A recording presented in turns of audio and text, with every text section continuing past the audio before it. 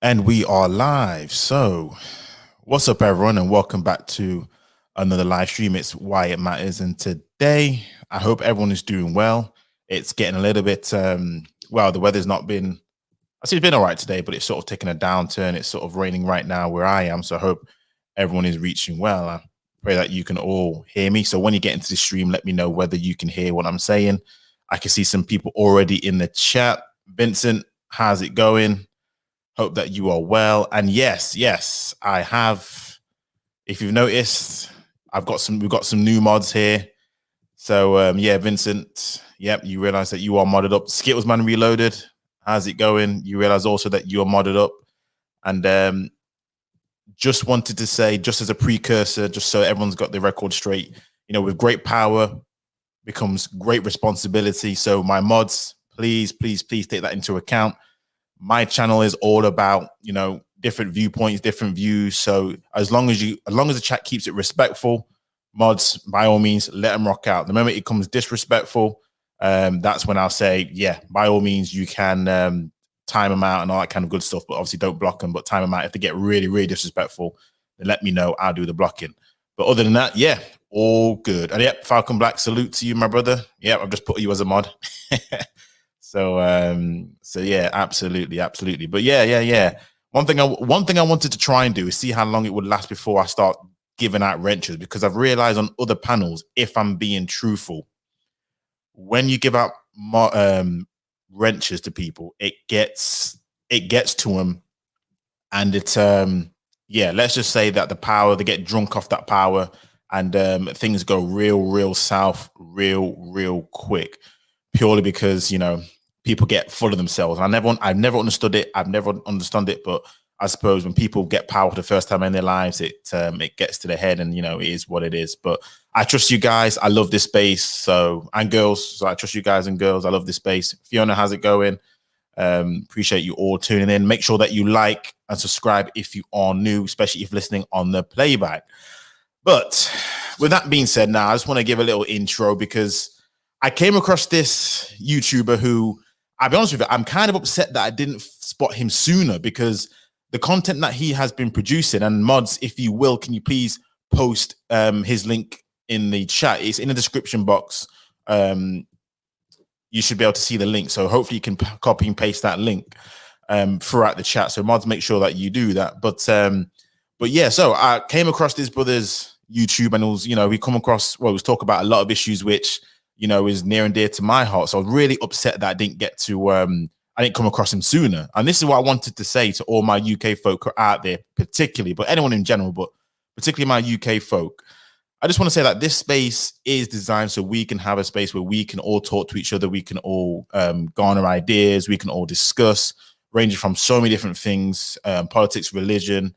Of course, always dating and relationship seems to come up, as they always do, but just how we as a community are doing and how we can move forward.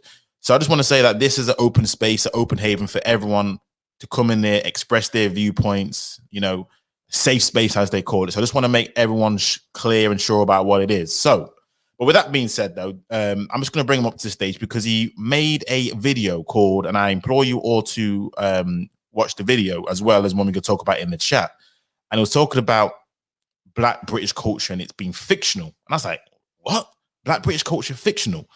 But you know what? His video made a heck of a lot of sense, but I just want to bring him to the stage right now so we can have that talk and have that discussion, and we can bring it to the chat as to where he's coming from, where I'm coming from, and almost understand exactly who we are as a people team. So without further ado, the Duke, how's it going? Hello, what's up? How you doing, man? Why it matters? You good? Yeah, doing awesome. How you doing today? Yeah. I'm just fixing up my sound now. It's a bit off, but yeah, I've been doing good. I had a busy day today, but I'm gonna catch up with you and we can get to this good discussion.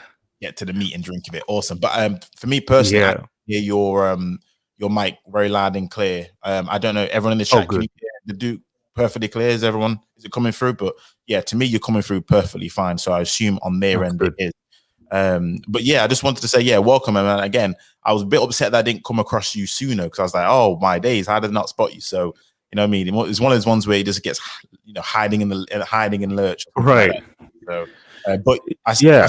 you come on our panel, and I was really impressed with your on the panel. So yeah, you came a bit earlier, but that's all welcome nonetheless. So yeah. Thanks, man. Yeah, no worries. Um, Yeah, I'm not really out there. I kind of make content just for the sake of it, and I've been trying to improve on it, and also working with my friends as well on a different channel. So the content you found was kind of discreet for me. So right. you know, is so. What do you think about the video you just mentioned now? What exactly kind of stood out for you? Was it the title, or you know? Yeah, basically any of The it. Just information. so that I set the scene right. Could you tell us a little bit about your Right. channel, I suppose, or your channels, in terms of your Right. focus, your theme, just so that people know more about your content, just for the people out there. Sure, yeah. So, you know, this channel I have, The Duke, is my personal channel where most of it is more on the history of Black people in the UK, and then also on politics and several social issues as well. I just delve into as much as I can, just whatever's on my mind. I kind of sort of make content for it, and then separately, I have a channel with my friends where it's called Not Your Average Joe Podcast. We started it last year, and we just pretty much talk and debate on social issues, and you know, you guys can check it out too. But yeah, so my personal channel was kind of just for me, and so I was surprised when I was getting a lot of, you know, attention in a few videos, and you kind of raised a video that I actually almost forgot about. So yeah, and it was meant to be for shock value, but I kind of broke it down even further in the video as a short video. But yeah, we can explore that Absolutely. further And if you want. to be fair, someone in the chat said that your content is similar to mine, which is why I'm like, you're almost like a man after my own heart with a lot of things. So yeah, I that's did why not expect. Yeah, when I really saw yours, I was like, wait a minute, this guy is on the same tune, same wavelength, man. there it is. There it is. So no, and I love that thing. And obviously, I love just linking Yeah. up. So that's awesome. But yeah, in regards to the whole content, because the first thing I struck was clearly the title, because I think for me then, my question to you then is, so in a nutshell, to you, Black British culture is not what we call a unique culture set. It's I think you put a hybrid. So No. to you, Black British culture, it really is non-existent. Is that correct? To me, yes. In comparison to what we kind of raise attention to, such as the sort of other Western ones, like, you know, African American, or, you know, specific groups in, you know, that have a lot of influence. I just think that Black British culture is not really a particular one unison, you know, movement or anything. I think it's more of an infusion of all these other cultures, and then the only thing we have a similarity over is our experience in the UK. But then I don't want to play semantics. I just think when we use the term culture, it's kind of disingenuous to who we are as a demographic in the UK. And it actually undermines our own experience versus, you know, what African Americans go through, you know, what we discuss. So yeah, that's what I kind of delved into. Yep. And I just felt that we kind of imitate these other groups in a way of discussing our experience and making it sound like, oh, we're unified in one way. But I don't think it's a sensible way of approaching our identity. If we're Black British, what does it really mean? You know, for example, you know, do you want to delve into it, or should I, you know, carry on? No, I do. Because I was going to ask this question. Told me, how do you view what a culture is? I mean, for example, are there any roots which, to your mind, that signifies an actual particular culture? Because to me, I get what you're saying, but I suppose one of my not pushbacks, but questions or reservations was, most cultures are fused, depending on how far back you want to go. For example, when it comes to like Black American culture, their culture, for example, hip hop is a fusion of Caribbean, Latin, Caribbean, African culture, and obviously their own, and it's a fusion. But because it was almost birthed, if you like, in the US, we almost forget about it and think, oh, it's a US production. Similar with a lot of things, it comes from maybe African spirituals. There's almost like a fusion when it comes to even white culture. Let me delve into that. Yeah, I've tried to make a lot of comparisons in my other videos as well, in which if we look at African American culture, it's the longevity that makes it so distinct in terms of how 400 years worth of a history of a completely secluded group. You know, they've never had the opportunity to associate with anything else, because of segregation, because of the hundreds of years of slavery, and they have been a distinct group in terms of food, music, linguistically, in everything. They're in unison. 44 million Black Americans in the US identify in the same way in terms of all these things I've listed down. In comparison to the UK, a smaller group, Black British, 2 million, from different parts of the world. Because of the Commonwealth, we're from Africa, the Caribbean, some from South America. And then, yes, a lot of cultures are in fusion, but this is a very early sort of united front for a group, right? And I've kind of discussed this with my friends, and they've said, oh, it really doesn't matter. We're all Black at the end of the day. But to me, I think it's a very dangerous way of approaching things where we kind of disorientate ourselves, and it causes a lot of rift because we see a lot of arguments and complaints being made about how, from the last episode, East Africans don't consider themselves Black, or West Africans, we all have a difference, or the rift we have between Caribbeans and Africans, like, because we don't recognize how different we are in certain ways, that we forget how important it is. When we talk about culture, that's what matters. Are we unified in any way? You know what I mean? And you know what kills One way is our experience. Absolutely. And this is a good segue into my next question about how. So to you then, how important is that? Because I think one of the things that, if in my experience, when I look at even myself, my own almost mentality is it because we are searching for that?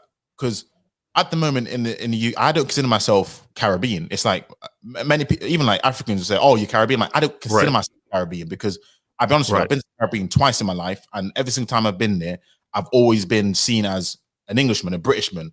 So I've never been seen like a Caribbean. I've always been seen as a Brit. Whereas obviously in Britain, because I've always been seen, you're not native, you're not ethnically English or whatnot because I'm Black. So is it a case where we are that culture? It's important to have a culture that's unique to our own, to almost have our own. Is it our identity? If you see what I mean? Identity, and one thing to make sense of is what culture really does is that it takes time. It takes time to kind of grow. When it comes to even me, just like how you said, me being Nigerian, born and raised in the UK, I know that I'm not gonna have a lot of similarities with Nigerians back home, because I'm so intertwined and tethered to the UK that, of course, yes, I consider myself Black British, Black English, but is there something I can attach myself to culturally? Is there something we all have a relation, in terms of everything else, like food, customs? Are we doing the exact same thing? You being Caribbean, me being Nigerian, but then we're both British Black. Are we culturally the same yet? I don't think we're there yet. I think it could take another 2 generations where it really does seem to be infused in terms of who we are, our identity.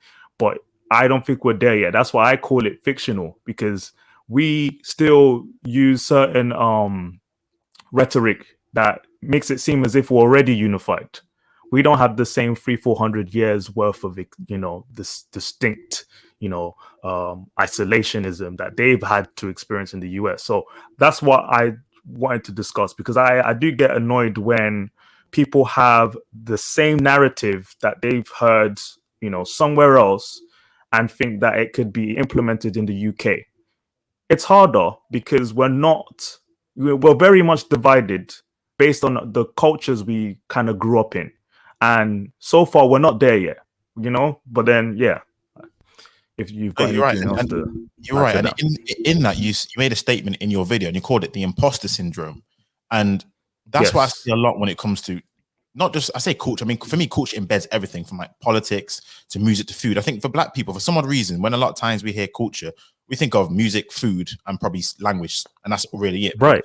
I'm even talking about politics. I'm talking about just certain things of how we move.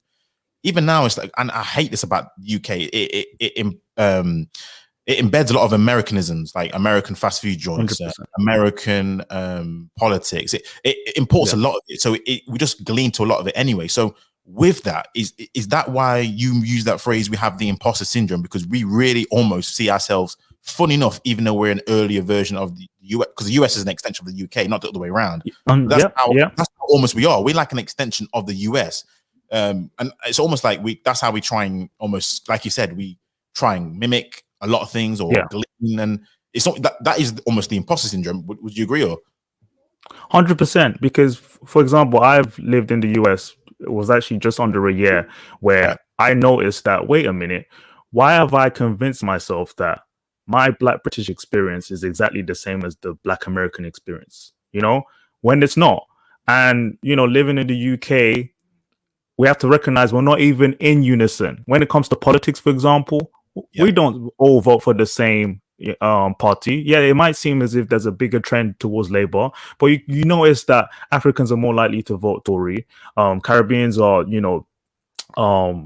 more committed to Labour because of the history as well. And then with other things as well, media and everything, we're not there yet in terms of distinguishing ourselves. And I think that's a good thing too, because then we're free to sort of figure ourselves out.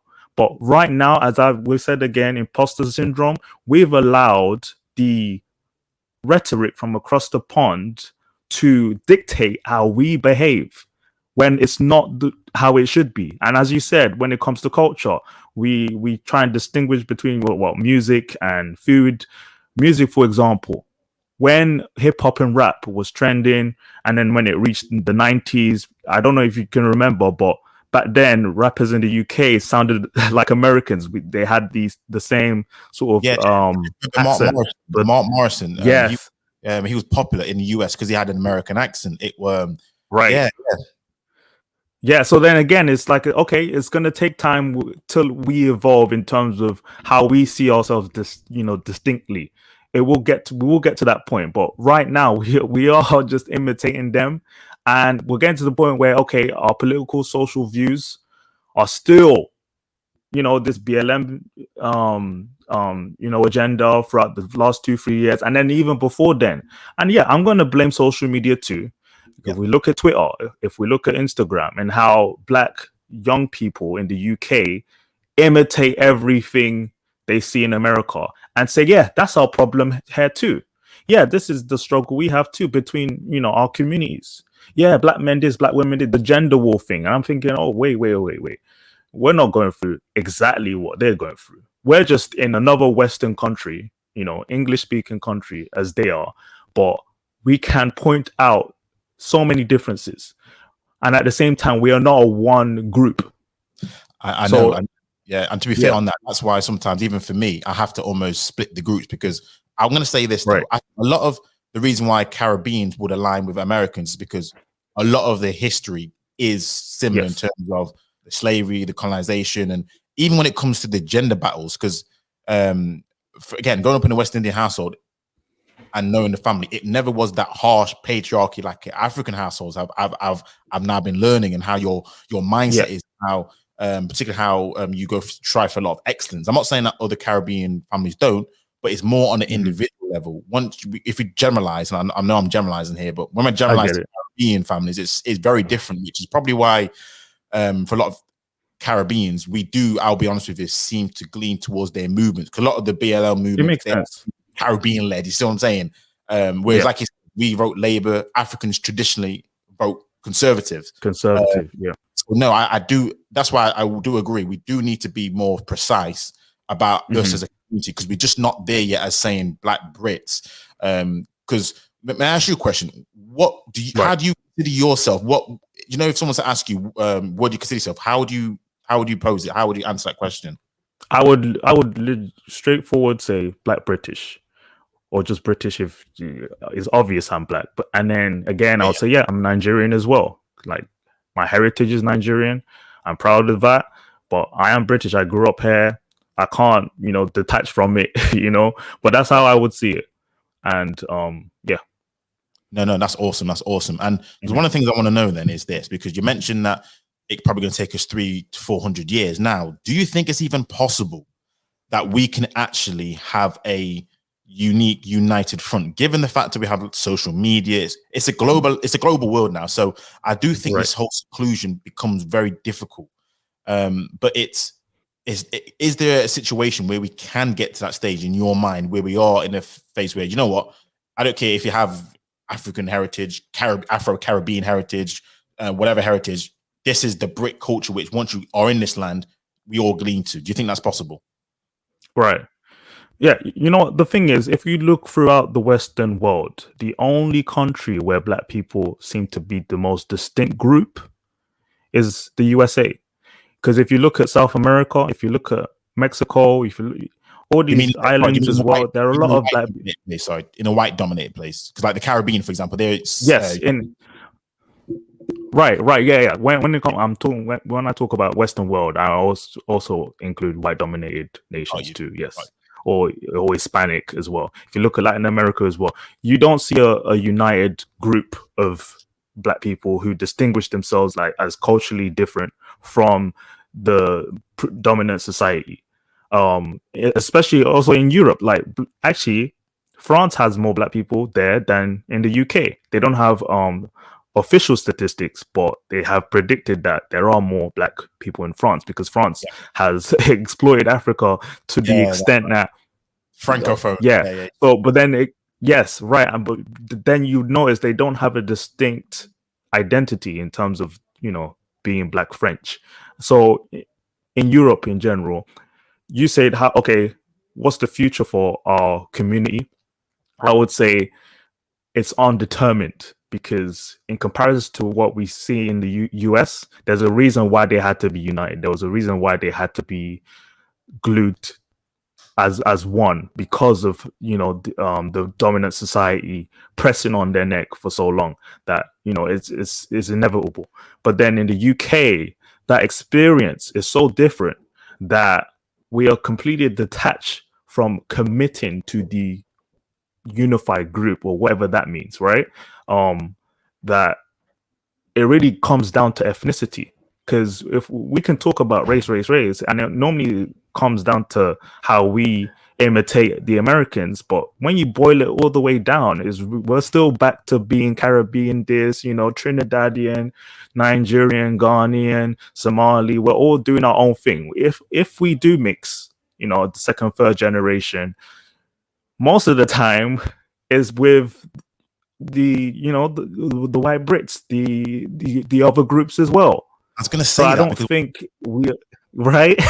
Yeah, because I don't think we can have a generational passover of the culture of whatever culture on its own. It can never really be isolated in the UK or even in anywhere in Europe. One of the things which I was thinking about, it sounds horrible when I say this, because right now, because we are free, a lot of us, we glean, like, for example, again, I someone made a comment on my last video stream, and I actually thinking about it, I thought, you know what, you're right. A lot of Caribbeans are white acting black people in like a white working class way. So our cultures, because of the dominant society, we've not still cultivated our culture in a way potentially like Africans have managed to still continue theirs. But even now, I'm thinking a lot of Africans going forward, I see him smoking like a white man, drinking like a white man. If I be fair to you, we'll be next. Yeah. And I'm almost thinking to myself, do you think black folk need to be under, let's be honest, oppression in order for this to take place? Because with it being free and global, we've got the IR dating out of control. We got again the culture's free now, so we all act and think basically like whatever dominant culture is. Do you think we need to be on? Well, I say need to be. Do you think oppression is really the only purest way of doing it? Every marginalized group you see around the world, if it's the Jews or if it's the Kurds in Central Asia, whenever they are marginalized or pressed under by the dominant society, that's when you see a unified front. Right. So whenever we have a larger scale form of racism or white supremacy affecting us, that's when you see a unified front. But if we are going to the stage where people are more aware of how racism is detrimental to everyone and things improve on, and as it seems like it is, are we going to do that? Are we going to be unified? No. And it's like inevitable. I'm not saying that we're going to just disappear or just mix into the rest of the population. I'm saying that we won't make our, complexion, our identity, the major factor into our culture, I do. And that's how I see it. I don't, yeah. I will say us as Caribbeans, we will disappear. So I think Africans have the better edge. So I think Africans at the moment have the better edge on us. I will say us as Caribbeans, because of the IR dating, because our culture is so intertwined with British culture, we will disappear. Yeah. I'm going to say this, in the next 100 years, I would say infuse rather than disappear. No. I would say infused. I'm saying disappear because, right, like Brazil, how Brazil, because of after slavery, they had a message which says white was better, and the women went with they procreated with the white, so much so that black in Brazil, they're not really black. Yes. I know a lot of people think they're black, but they're mulattoes, and they consider themselves as like a minority look dark skin or more pure, but then majority of them are mixed beige in between. Yeah, especially when you look at the Brazilian footballers. I mean, a lot of like if it was in America, they'll consider them black, but we wouldn't. We were like, hold on, they aren't black how we would consider them because of the fusion, the mixture. So much so now that I think I don't know if you recall this situation happening, but in Brazil themselves, they had the first what I call black Afro-Brazilian who was going to be Miss Brazil, and they got rid of her because she was too dark. But yet Brazil was meant to have about that. But yet Brazil was meant to have the most black people in outside of Africa. So I'm like, yeah, it's mad, and that's what I think, because white is always dominant force. That's why I say we'll disappear, because mixed people date white people. Moreover, especially mixed black Caribbean, they date and marry white people to the tune of like, especially the women, 60-something%. It's crazy. But yeah, so I get what you're saying, infused, but I'm going to say disappear. So it's one of those things. Okay. But one thing I was going to ask as well, because you made Sorry, go on. Yeah, I was going to say that of course, we're really identifying with like the UK in particular, like outside of the UK, like let's say in Africa, our numbers are high enough that we won't disappear in 100 years. But then in the UK, you are right. Us here, generationally, our children might not look like us. So, I definitely agree with that. One thing I was going to say though, because I thought, when you go to the, for example, you said you're Nigerian. So when you go to Nigeria, there's so many different ethnic groups. How is it possible that they've been able to keep their distinct ethnic group, yet we don't seem to be able? How they've been able to do it? You see what I mean? It's like, have they just been so staunch to keep the distinct ethnic group? Because like, so this is good question. Yorubas and Hausas, like they don't mesh. I'm like, hold on a second. We're in the same country. You should have a unified, for the most part, situation, not to the tune of I'm hearing 250 different ethnic groups. I mean, what? Is there any difference? Yeah, let's use an analogy. Well, when it comes to other countries, look at Europe. Look at the UK. I mean, we might say they're separate countries, but we've got Scottish people, English people, Irish people still have conflict between the Northern and the Catholic and Protestants. That's a very tribal behavior in every country that we kind of forget. Oh, we just think it's an African thing too. But in Europe, they also practice tribalism in their own way. In Eastern Europe, it's even worse. I was discussing this with my housemates about how the Bosnians and the Macedonians have an issue with each other. So it exists everywhere. But when it comes to Africa and how Black people talk about it, and even Caribbeans who feel like this doesn't make sense, we want to promote Pan-Africanism. We want, of course, Nigerians should be more united. These are historical rifts that just won't go away overnight. Even before colonialism existed, after colonialism is still here. We've never been united like that. I think some countries in Africa are united, like Ghana is more united between 8 tribes or more, and then the South Africans as well, simply because of the history behind colonialism with them. It was harder on them, right?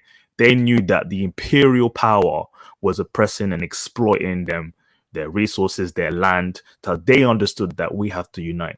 While in Nigeria, it was a completely different experience. Nigeria was only a strategic territory. Britain didn't want France to have the whole of West Africa, so they made sure they had Ghana and Nigeria in the West Coast, right? So Nigeria wasn't very resourceful back then, like in the 1700s. It had a few resources, but not as exploitive as like South Africa or Kenya with all the gold and the rubber. So we had our own thing in Nigeria, tribal stuff, right? that hasn't gone. We had the Civil War in 1950 something, and it was tribal. It was a tribal problem, and it's still like underlying too. We get on like as normal, but we still have our own customs separate. Just because we're all black doesn't mean anything, because when you're in Africa, it doesn't matter what language do you speak, what region are you from. If I were to move to Nigeria now, right, and I want to get into politics, I'm only allowed to go to my tribal land to Yeah, enter politics. While crazy. in the UK, I can apply to go anywhere and represent them, but I can't try that in my own, the motherland, because it's still there. It won't run away overnight because it exists in every other country.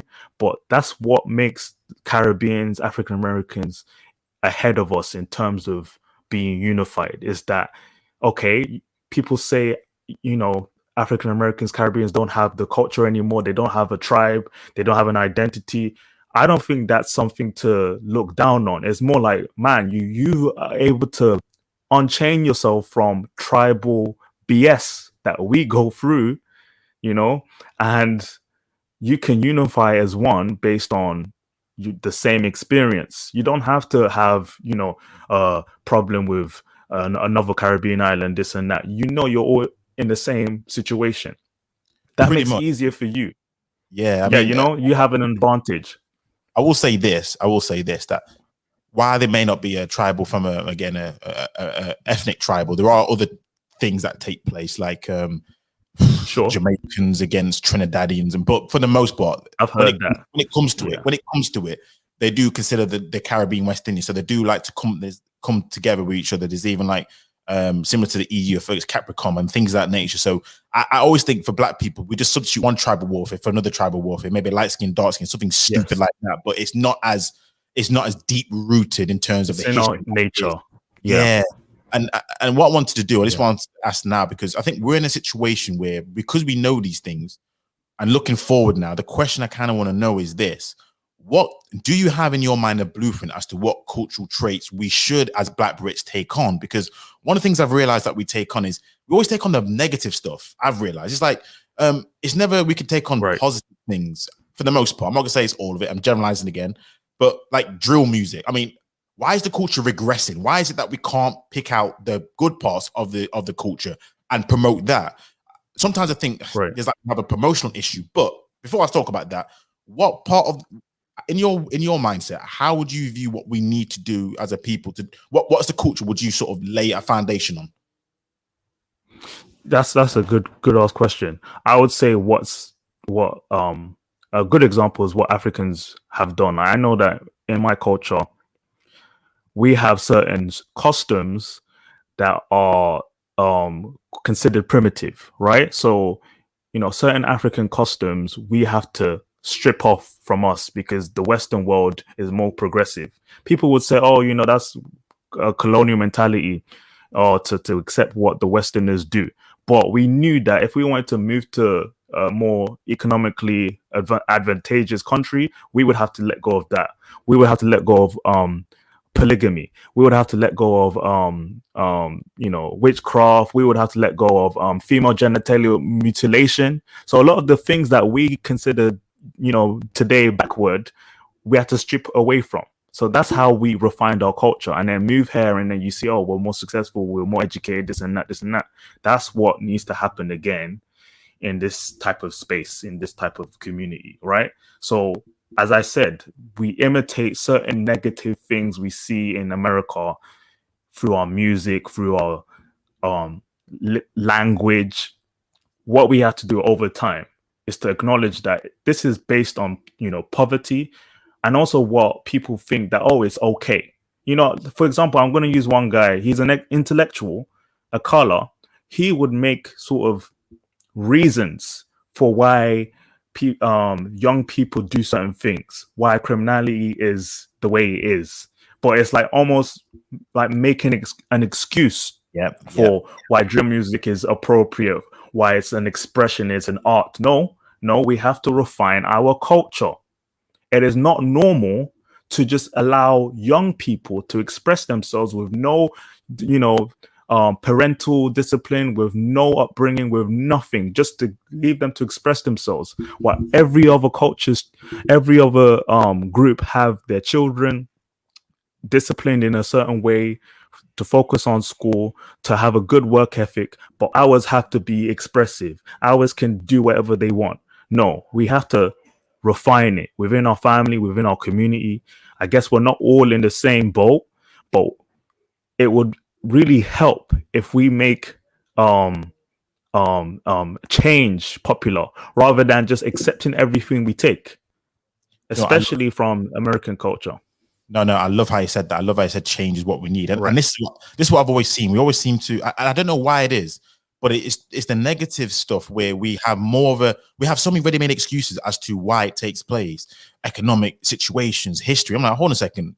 In my mind, evil is evil, good is good. There's certain things which you cannot justify, and I don't care how poor you think you are, particularly in this Western world or Western country, where, let's be honest, poverty is, I know it's relative, but come on now.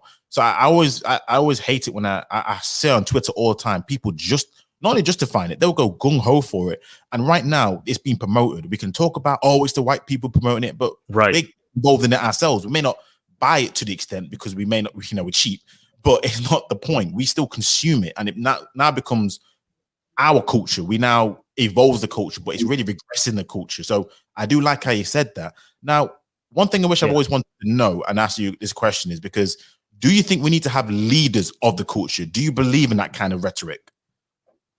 Now, a leader, that's a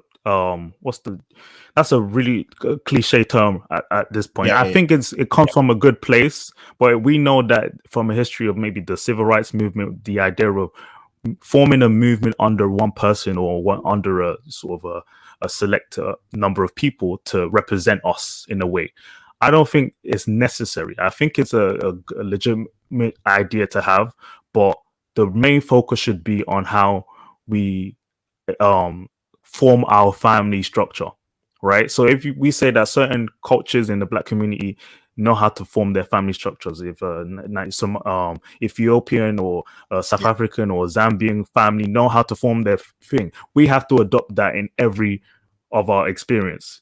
Do you know what I mean? As I'm saying, we had a discussion last a few days ago when we spoke about how the patriarchy represents a certain thing, and you're saying that in the Caribbean culture we're more more of individuals, and I'm saying we should refine that in a way to help, because when you have a strong family, then you have children who have a healthier upbringing that would focus on what's important, a better work ethic, on education, and away from the streets, because that's who we're focused on, our youth. We don't want to be on the TV news channel seeing victims of knife crime every single day just because our culture is influencing that, just because we allowed the kids to do certain things and we lack accountability. I saw someone in the comment section saying how Akala didn't really say that, but what we can imply from what he says is that we take away from what our culture influences and just place it all on poverty or place it all on criminality, being this is the government's fault. They need to police us, that they need to keep our streets safe. But when it comes down to it, what's going on in our families? What's going on within our cultures? What do we promote? So it's very important that we place emphasis on our accountability, on the structure of our family, and to progress in the same way all these other groups are doing. And we can see it within our own community. Specific cultures promote that. Every one of us can imitate that too. It's not part of the Western way of thinking. How people say, "Oh, you act white or you act a certain way." This is not what Black people do. That's not true. Of course, we can disregard that. And the thing is with that, though, that's an interesting point you raised, because this is ultimately what it's going to come down to a little bit. Because right now, I think because the race issue will never go away in my lifetime, as much as we want to dress it up. Before I continue, thank everyone in the chat who's here. If you are new, please hit the like button. Subscribe if you're new. I can see a few people come in the chat. Please hit the like button. I do appreciate each and every one of you. So please make sure you hit the like. subscribe and share as well. So please make sure you do that. I see the likes are good, but please keep those likes up. I do appreciate it. It helps the algorithms and everything like that. So we really want to keep this content pushing. We want to make sure every single person and possible can be included and linked into this.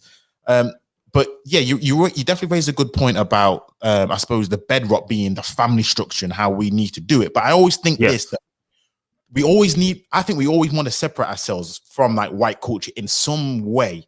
Because right now I think if we try and mimic them, we are basically trying to be like them. I for some odd reason, I always think there needs to be a little twist. It doesn't. Again, what makes us different? What type of features within ourselves do you say, oh, that's more of a European thing? So I want to know the difference, because let me stereotype and say daft. The way how they dance, the way how their music plays, like their music plays on a different rhythm and a different tempo and different pitch. For example, stereotyping, they like electric guitar, we like the drums and bass. Especially like bass is key. There's certain food, our food is more seasoned, their food is more bland, it's plain. All those things are good stuff that is not going. That's not going to change. That's what I'm saying. Because what happens is, and this is what I think people may interpret as, because a lot of times when you try and, I think we like freedom of expression. And when you have freedom of expression, unfortunately, how we do it is that we interpret it as a rebellious nature and it goes into negativity real fast. So I think a lot of us want that rebellious nature because, especially the Caribbean side, that's a signal of being black. I always remember if I was good at school, I'd always feel as if I'm a white boy. But if I wasn't, I'd be, okay, now I'm acting black. I remember some kids saying that to me. Wow. But you see what I mean, though? It's like, wow. Even if you don't even watch certain films or movies, like I remember not watching, oh gosh, don't drink your juice in South Central Wise. I forgot what that film was called. I was like, someone asked me, oh, you've been black, you've not watched the film. I was like, what?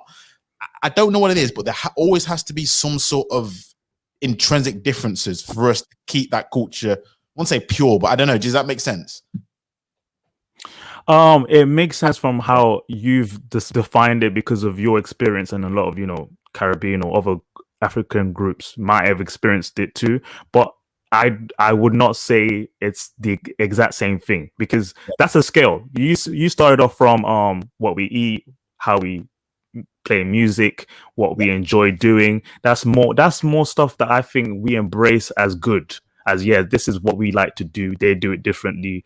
That's not going to. I know it's not going to change. I feel like those are good things. But then when you talk about school and education and how you consider that a white thing to do, now that's something different from my experience. And I understand where you're coming from, but I know that's not how I grew up, because my African parents were on my neck with school. Do you know what I mean? I always saw it as an African thing. You know what I mean? Every parents' evening, if it was every semester, every term, I was shook, and I would see my other African classmates. They were shook too, because we were scared that if we don't get good grades, we're in trouble. So it really comes down to which culture, right? So I never really saw it as a black-white thing. So that's interesting to say it like that. But then let me ask you this: we can talk about that. Why do you think that's the case? Yeah, good point. And maybe this is why I want, if I'm reaching, let me know if you think I'm reaching. But do you sometimes think that once you're educated under the white man's educational system, you are then being taught to become that white man?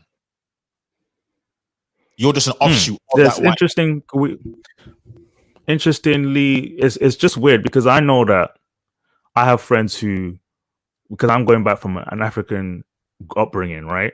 I had friends who were sent back to Africa because they weren't focused in school.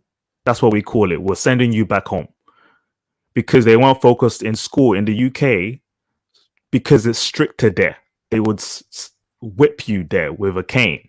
And I don't know this idea that, okay, it's a Western education, but even in the Islamic schools, where Islam was, hundreds of years ahead of Europe in terms of, influence in Africa, it's the same thing. They're strict on, the education they provide, even though it's an Islamic form.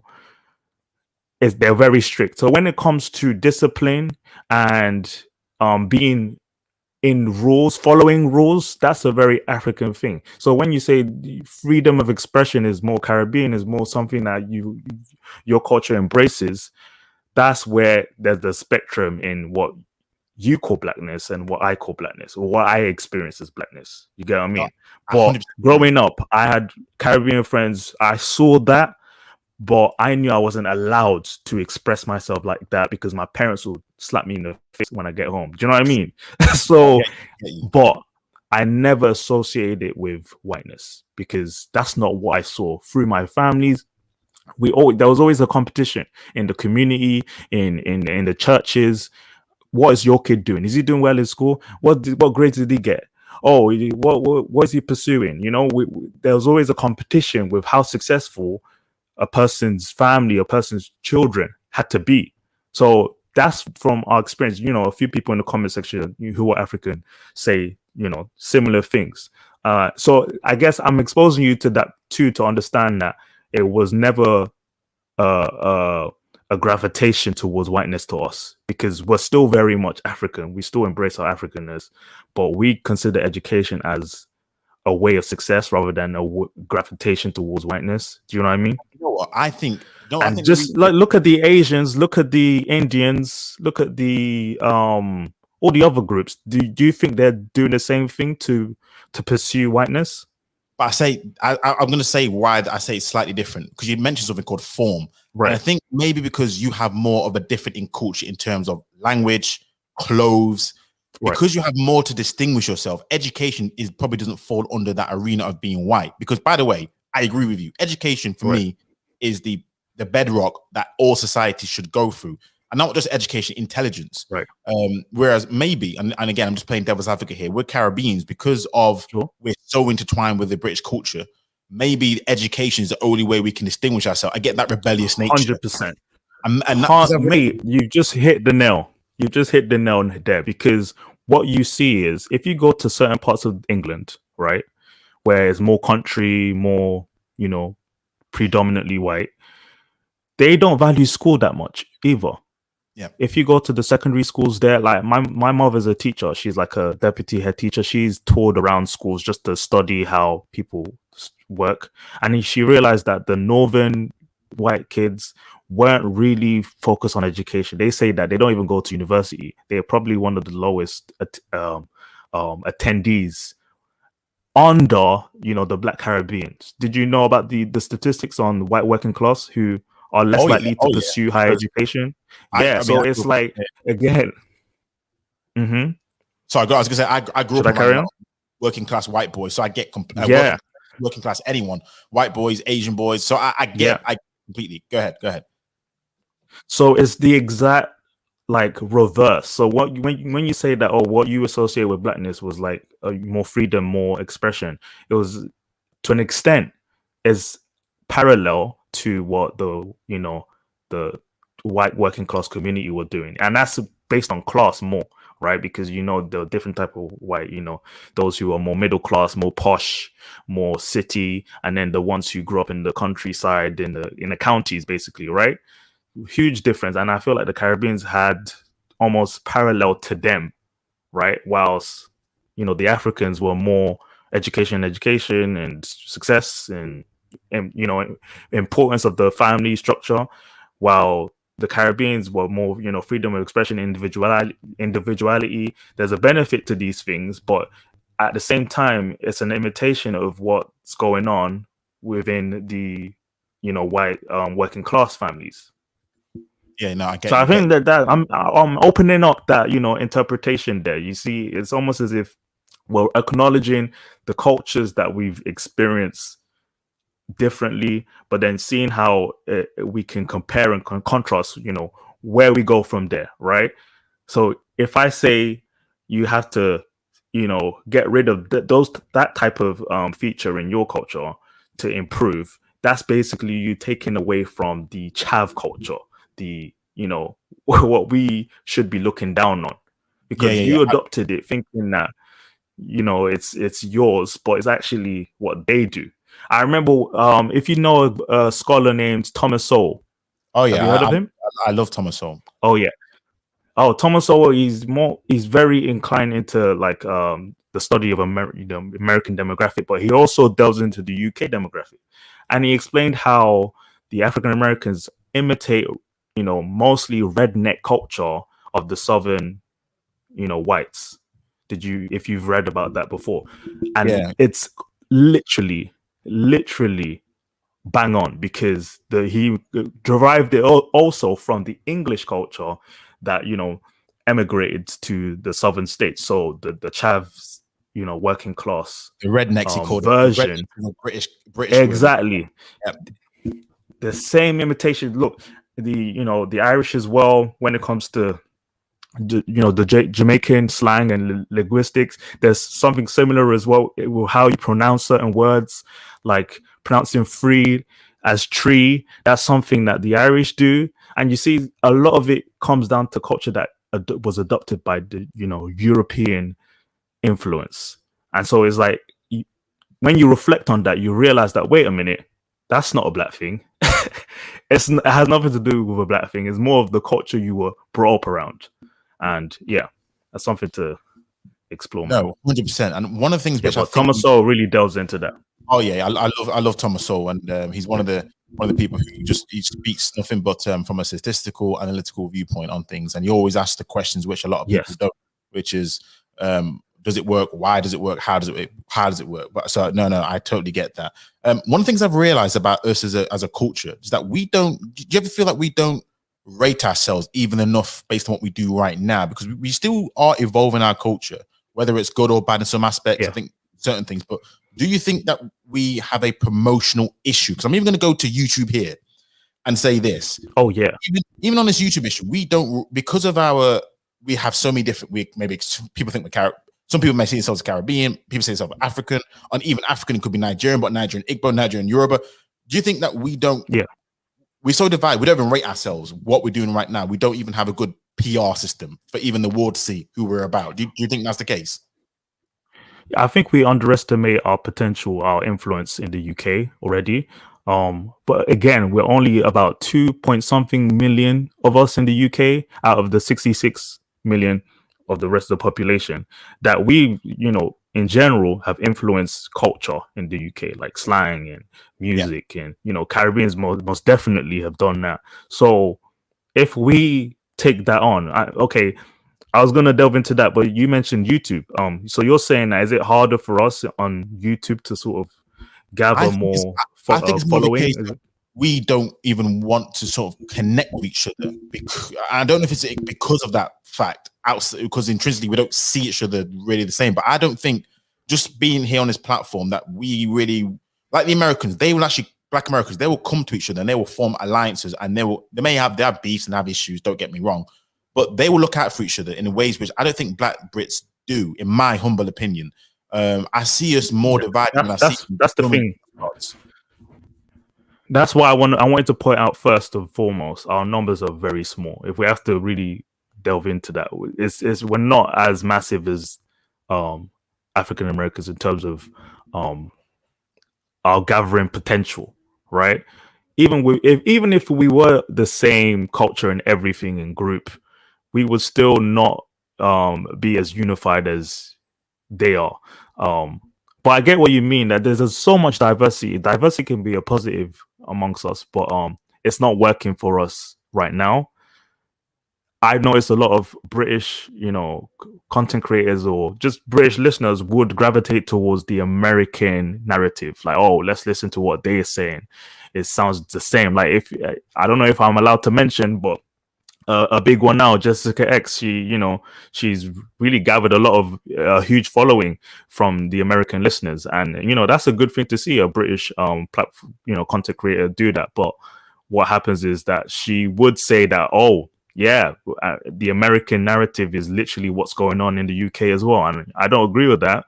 But it actually helps her in a way to gather more of an audience, because then they can relate to what she says and but I don't see how their narrative is aligned with ours.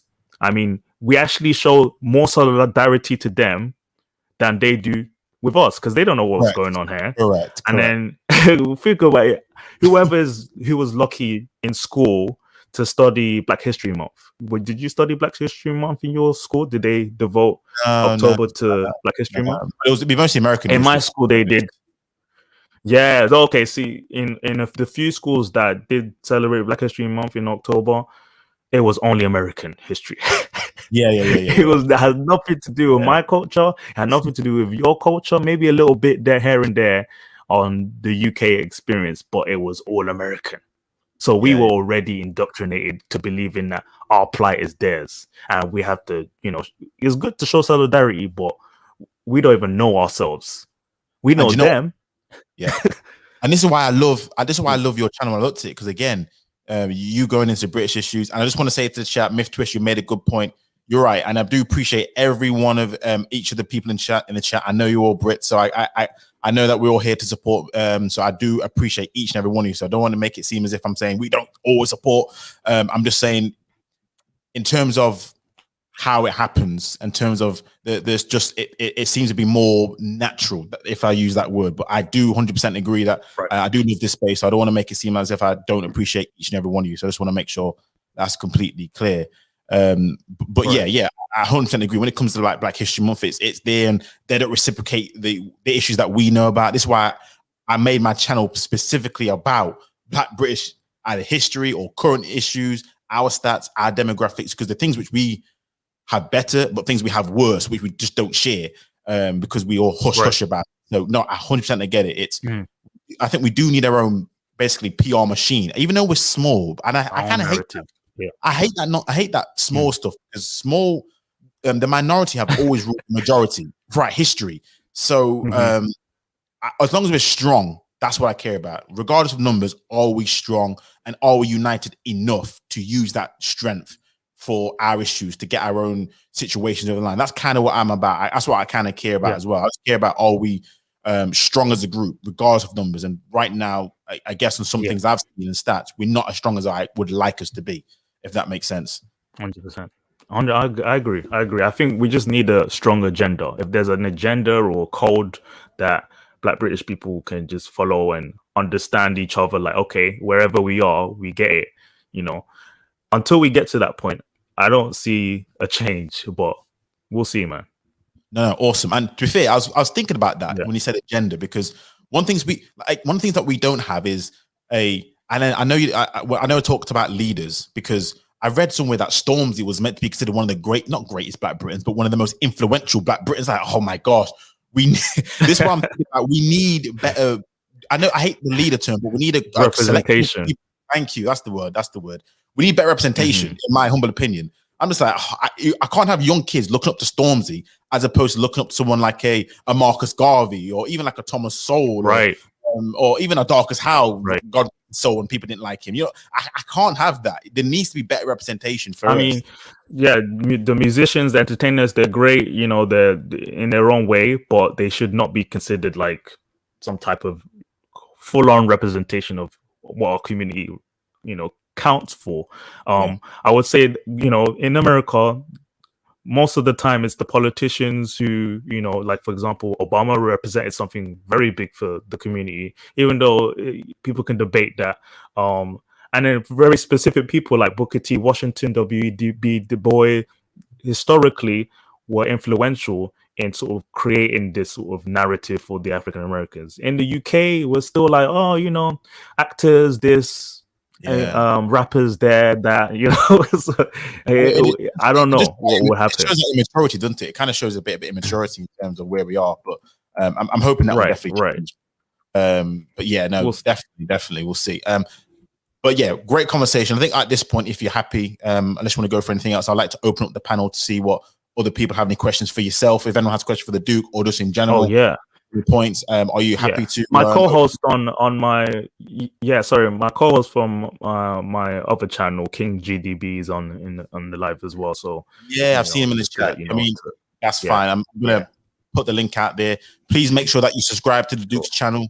Again, another talented brother who I get a bit angry that I didn't come across him sooner, but it is all good, all in good time, as people say. But bless, man. Bless. Absolutely. But the links out there for people want to come up and speak your piece, and then we'll get it going. But yeah, please make sure you like the stream, people. Make sure that you are subscribed if you are new. But yeah, no, I definitely think we need to flesh out how we view Black British culture. Again, I think if we could, it's almost like a pick a mix where we can take all the good parts and get rid of all the negative parts, which will, right. yeah, take a bit of time. But that's kind of where that point. I want to see it. But unfortunately, a lot of the things, the core elements are going to be things like music, which a lot of black music I can't rock with anymore. It's just, oh my gosh. It's just mad. It's just mad. This is mad. The music part got me going. I'm not gonna lie. Welcome, King GB. What input would you like? So yeah, what's your thoughts?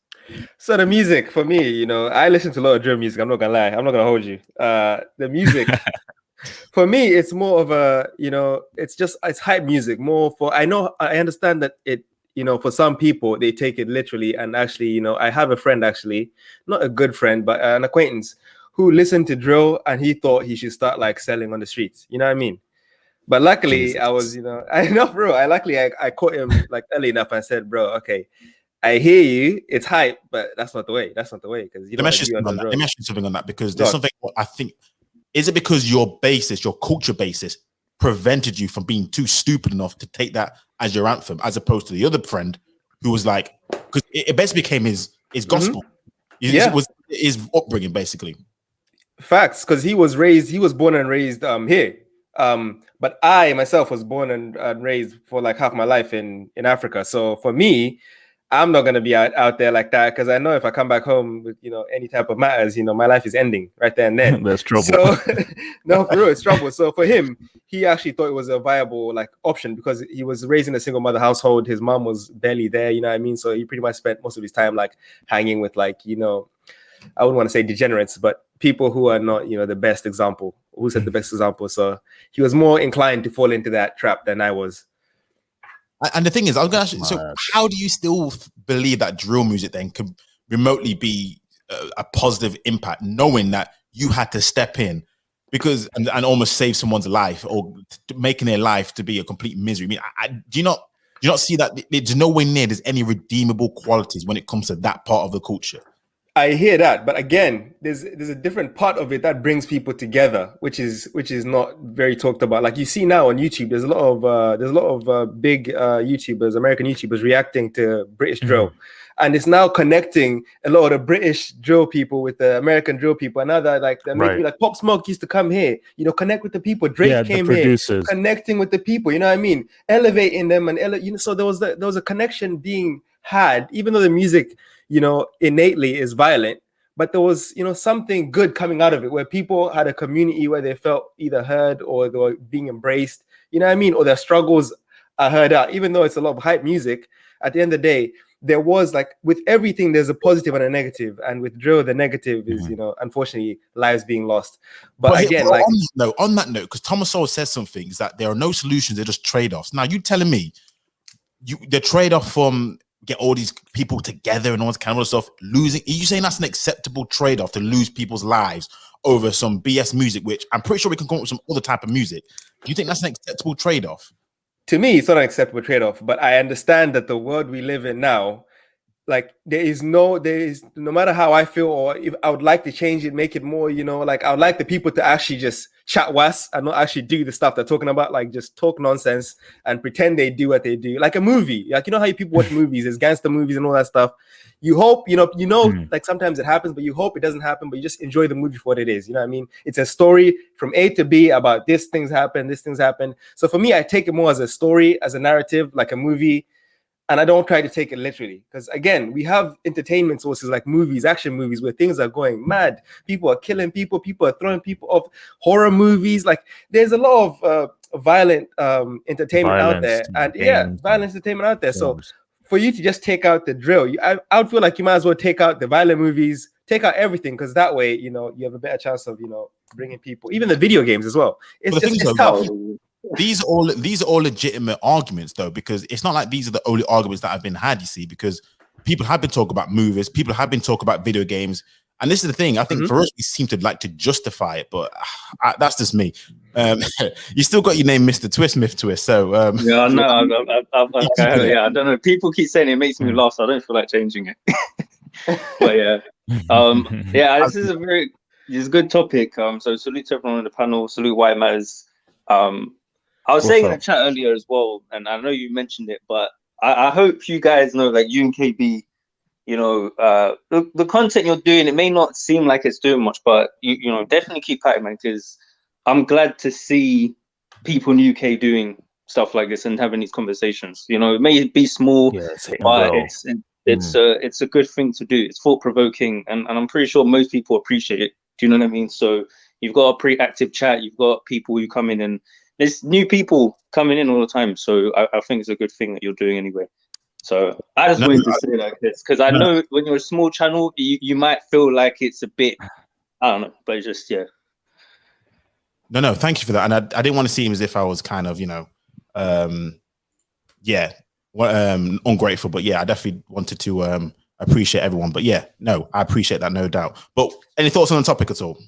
Yeah. I was gonna say to do with the drill thing in particular, like at the end of the day, I was literally having a conversation with one of my friends about this the other day, and he was saying a lot of the same thing that you were saying, KNG. He was saying a lot of the same things about, there's good things happening, people are collaborating and blah blah blah. And I'm just like, there's always some loophole, or the fact of the matter is the overall image is just not beneficial, period. Like there's no justification for it being the primary thing. Again, it's not about, whenever you talk about these other things, other cultures, people say white people got metal or whatever, there's mafia, blah blah. That's not the primary image though. The problem with it is that when people think of black people, they start thinking of these types of things. They don't think about you being intelligent. They don't think about you being someone who's educated or who's, well-mannered. That's not what they think of. And that's just, there's the reason why there's an intimidation factor that's associated with black people. And the thing is to do with what you're saying about it being like a movie, it is like a movie for most people. Most black people are not listening to drill music and going out doing bad things. They're just not. We know that, right? So we know most of us can listen to it and leave it where it is. But the issue is that when people come to us on the conversation of, well, is this a good image? We start defending it. So it's not just some made up stereotype that black people co-sign this, because a lot of them do, and they defend it. So it gives the impression to other people, well, they support it.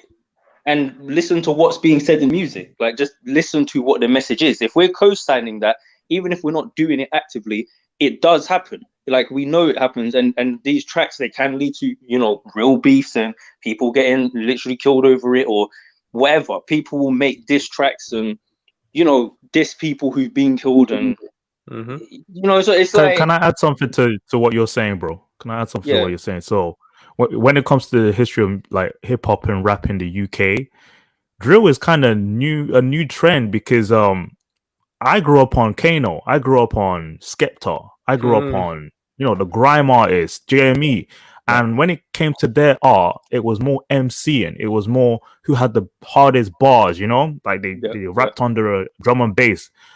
Drill started touching on the street life, and I was like, okay, maybe this is a new wave. We'll see where it goes. Maybe they'll go mainstream. That's what we were waiting for. These rappers are gonna go mainstream and they're gonna sell out, like Tiny Temper.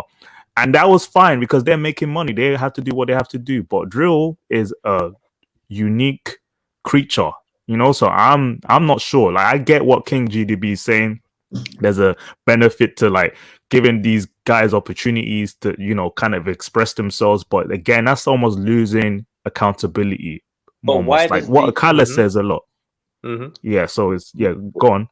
No, sorry, but I was gonna say, but why does the expression have to be that though? Like, can you not express yourself in any other way? Do you know how many, like, this is something that really gets on my nerves. So the expression of black people seems to be very linear, and it's annoying. Like, at the end of the day, you've got the amount of black people I can meet who I'll say, what are you into, right?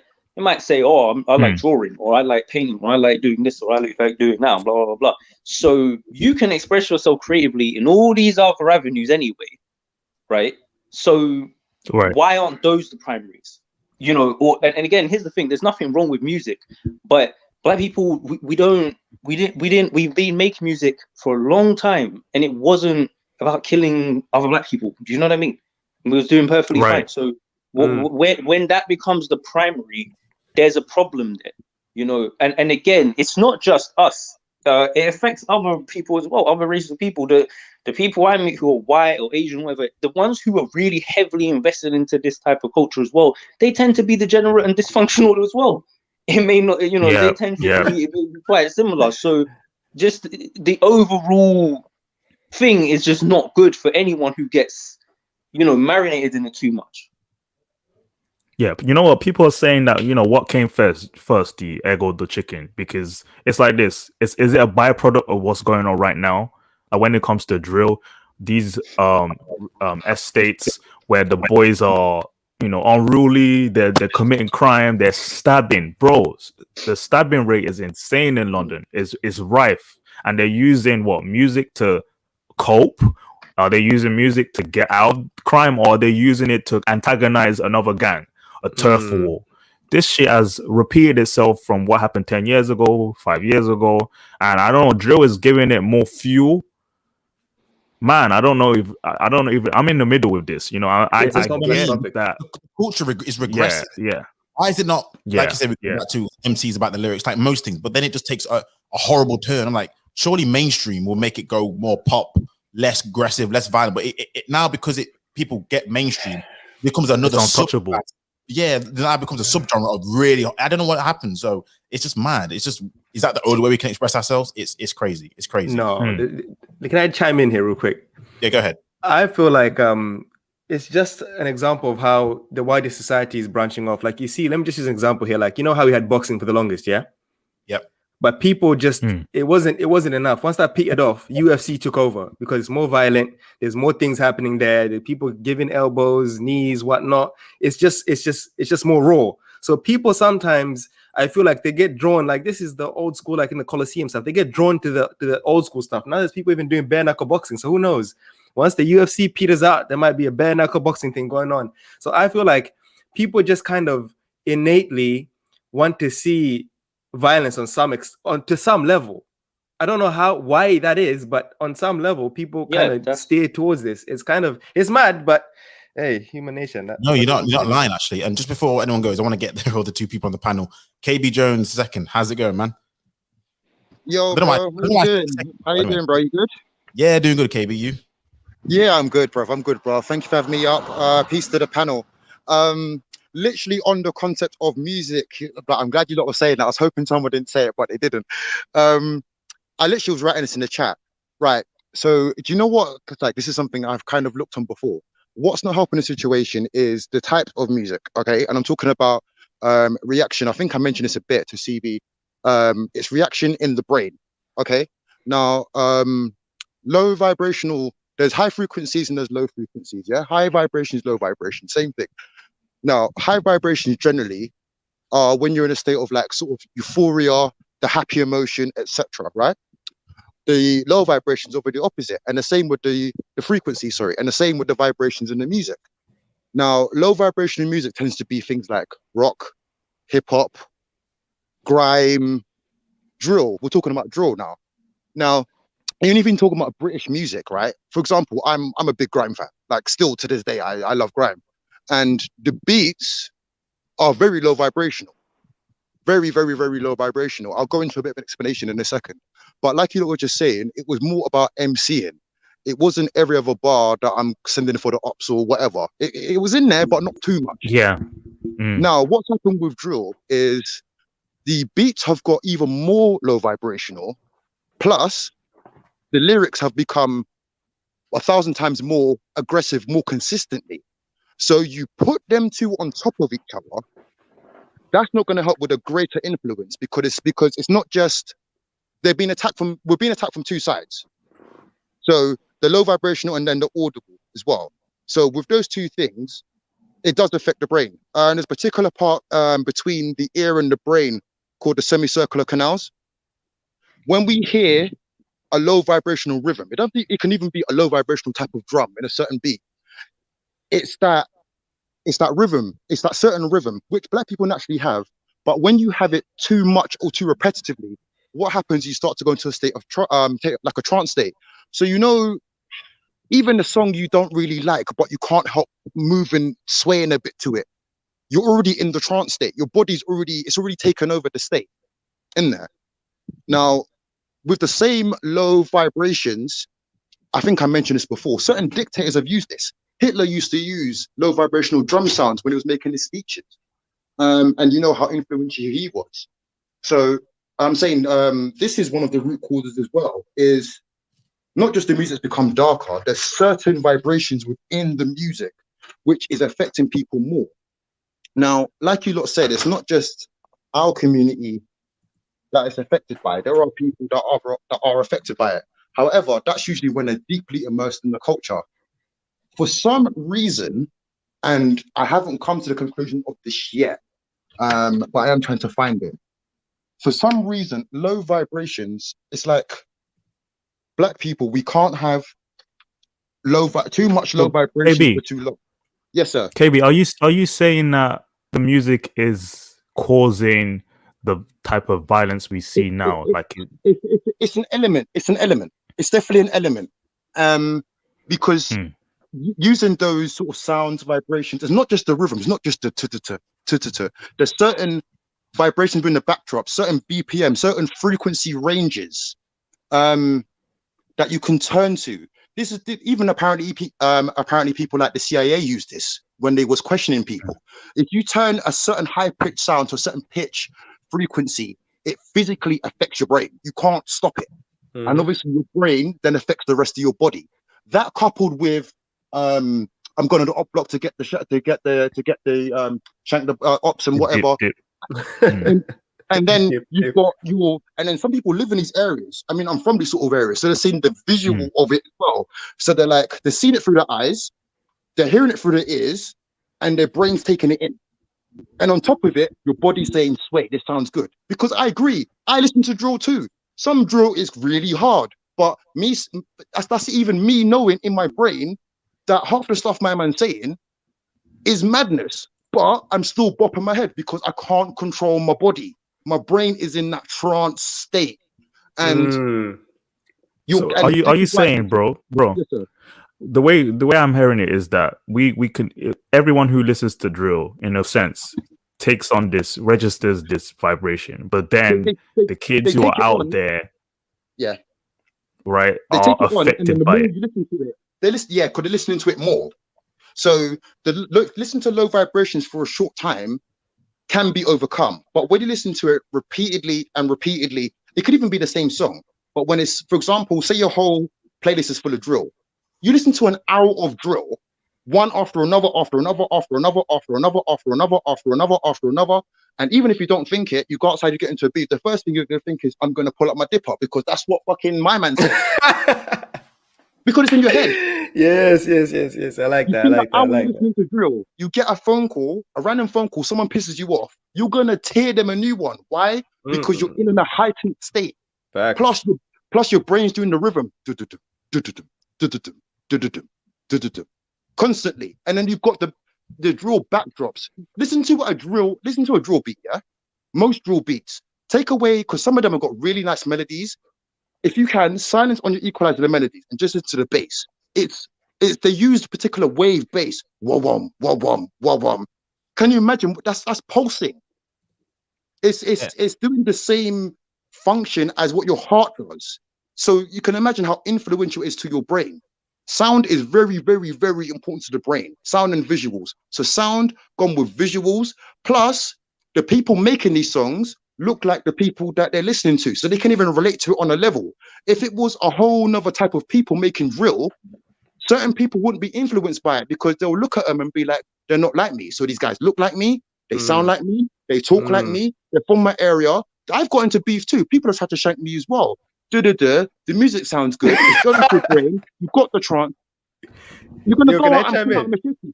You hear all that? I'm just gonna say this. Sorry, because on top of force in there, and KB Jones, you've been going hard. I didn't want to cut you, but you've been going hard. No, it's fine. Music is one of the most powerful tools.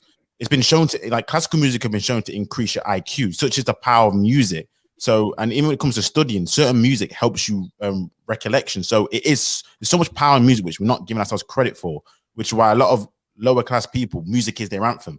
And black people, it's just another level. But I want to get on top of force because you've been waiting patiently, man. So on top of force, how's it going? You there? Hello?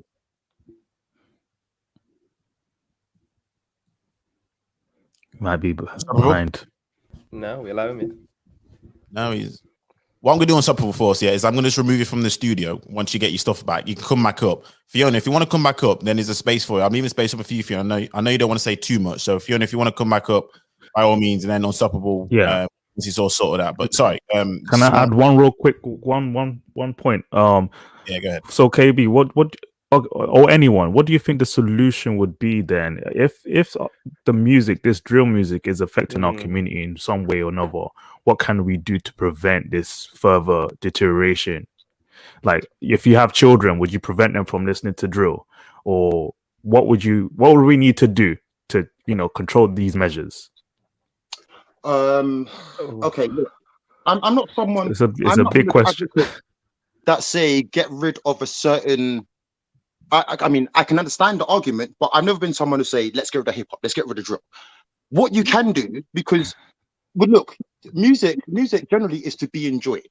Okay, and we can accept it. Now, what we can do is probably change it. Sort of try and change the content, if anything. I know music is very close to Black people's heart, and part of the reason why, because like I just described, we are, we invented the music, basically, the drumming, the point of rhythm. So it's very close to us, and as soon as we hear something that our brain likes, we'll go for it. Now, things like the content hopefully can help. I don't know how we're going to do it, but if we've got the right faces and the people in there, look, something I've always said about rappers, MCs, spitters, especially the best ones, but the really hood ones, is their patterns, the way they can spit, their cadence. Some of them, why some of them I like them, because the way they articulate their words is sick. What we could hopefully do is change some of the wording. See, I think what Black people tend to catch onto is catchy stuff. Now, if it's catchy enough, and because I believe it can be done, because you replace some of these words, I see some of these MCs, and when they really make a point of not trying to say it, they can spit properly. No, I think it's possible. Because if you think of specific artists that are actually popping right now, like what's his name? The guy that made Body with Tion Wayne, Russ.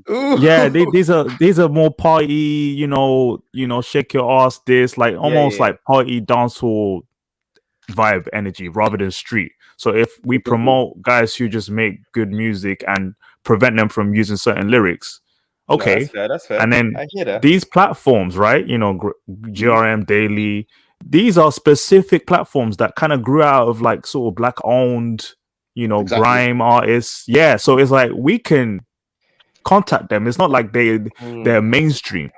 These are platforms that. Right, they on these places to look. Don't stop the music, but change the content a bit, bro. Yeah, let me need gatekeepers. Almost like we need to control our image, and they are essentially those who broadcast this image. But here's the thing. Let me just. I was going to put this out there. I'm going to bring Fiona in though. But like, for example, Carla has a different type of rap, but he won't be as popular for that type of rap. Do you not think so? Do you think you would actually sacrifice? Let's be honest, getting what you need to because you don't have that kind of content out there, like a Carla or even Wretch 32. It's not about having. I get that. It's not about having like woke lyrics. It's more about having like just party music. Like how dancehall music, Afrobeats music, those pop right now globally. So what does like a Carla? Stallion. That's low vibration still. We don't like that really. Sure. Okay. What I'm really essentially talking about is going back to our culture. Like, what does UK music represent? What image are we, allowing to be presented to the world? And what we're seeing is that drill has been the number one sort of fuel right now. Is it because it just sounds good? Yeah, the vibration, the lyrics are, violent. Can we control that? And if we can, we can specifically target these, platforms that provide that avenue for these kids. Why they're doing it, they're providing them opportunities, sure, but it's our image they're presenting out there. And it is triggering a rise in crime, maybe. The knife, oh my God, like the last 2 weeks, do you know how many deaths and links to certain drill artists? Certain drill artists are dying because they're exposing themselves online on these music. I'm just saying, man. No. I agree. Yeah. Fiona, welcome. How are you? Hi, good night. All the better for hearing your voice. Fiona's got bars, Hi, you know. hi everyone. I wouldn't be me if I didn't flirt a little bit, would I? Now, hi to everyone in the panel. That's brilliant. Hello. Hi. I just wanted to come up and make a point actually about the whole Caribbean piece, and just to say that I think the whole education thing is a lot more important when we're actually on the island, because I think people often see education as their only way out. And we are talking about very small islands, which are third world countries, let's face it.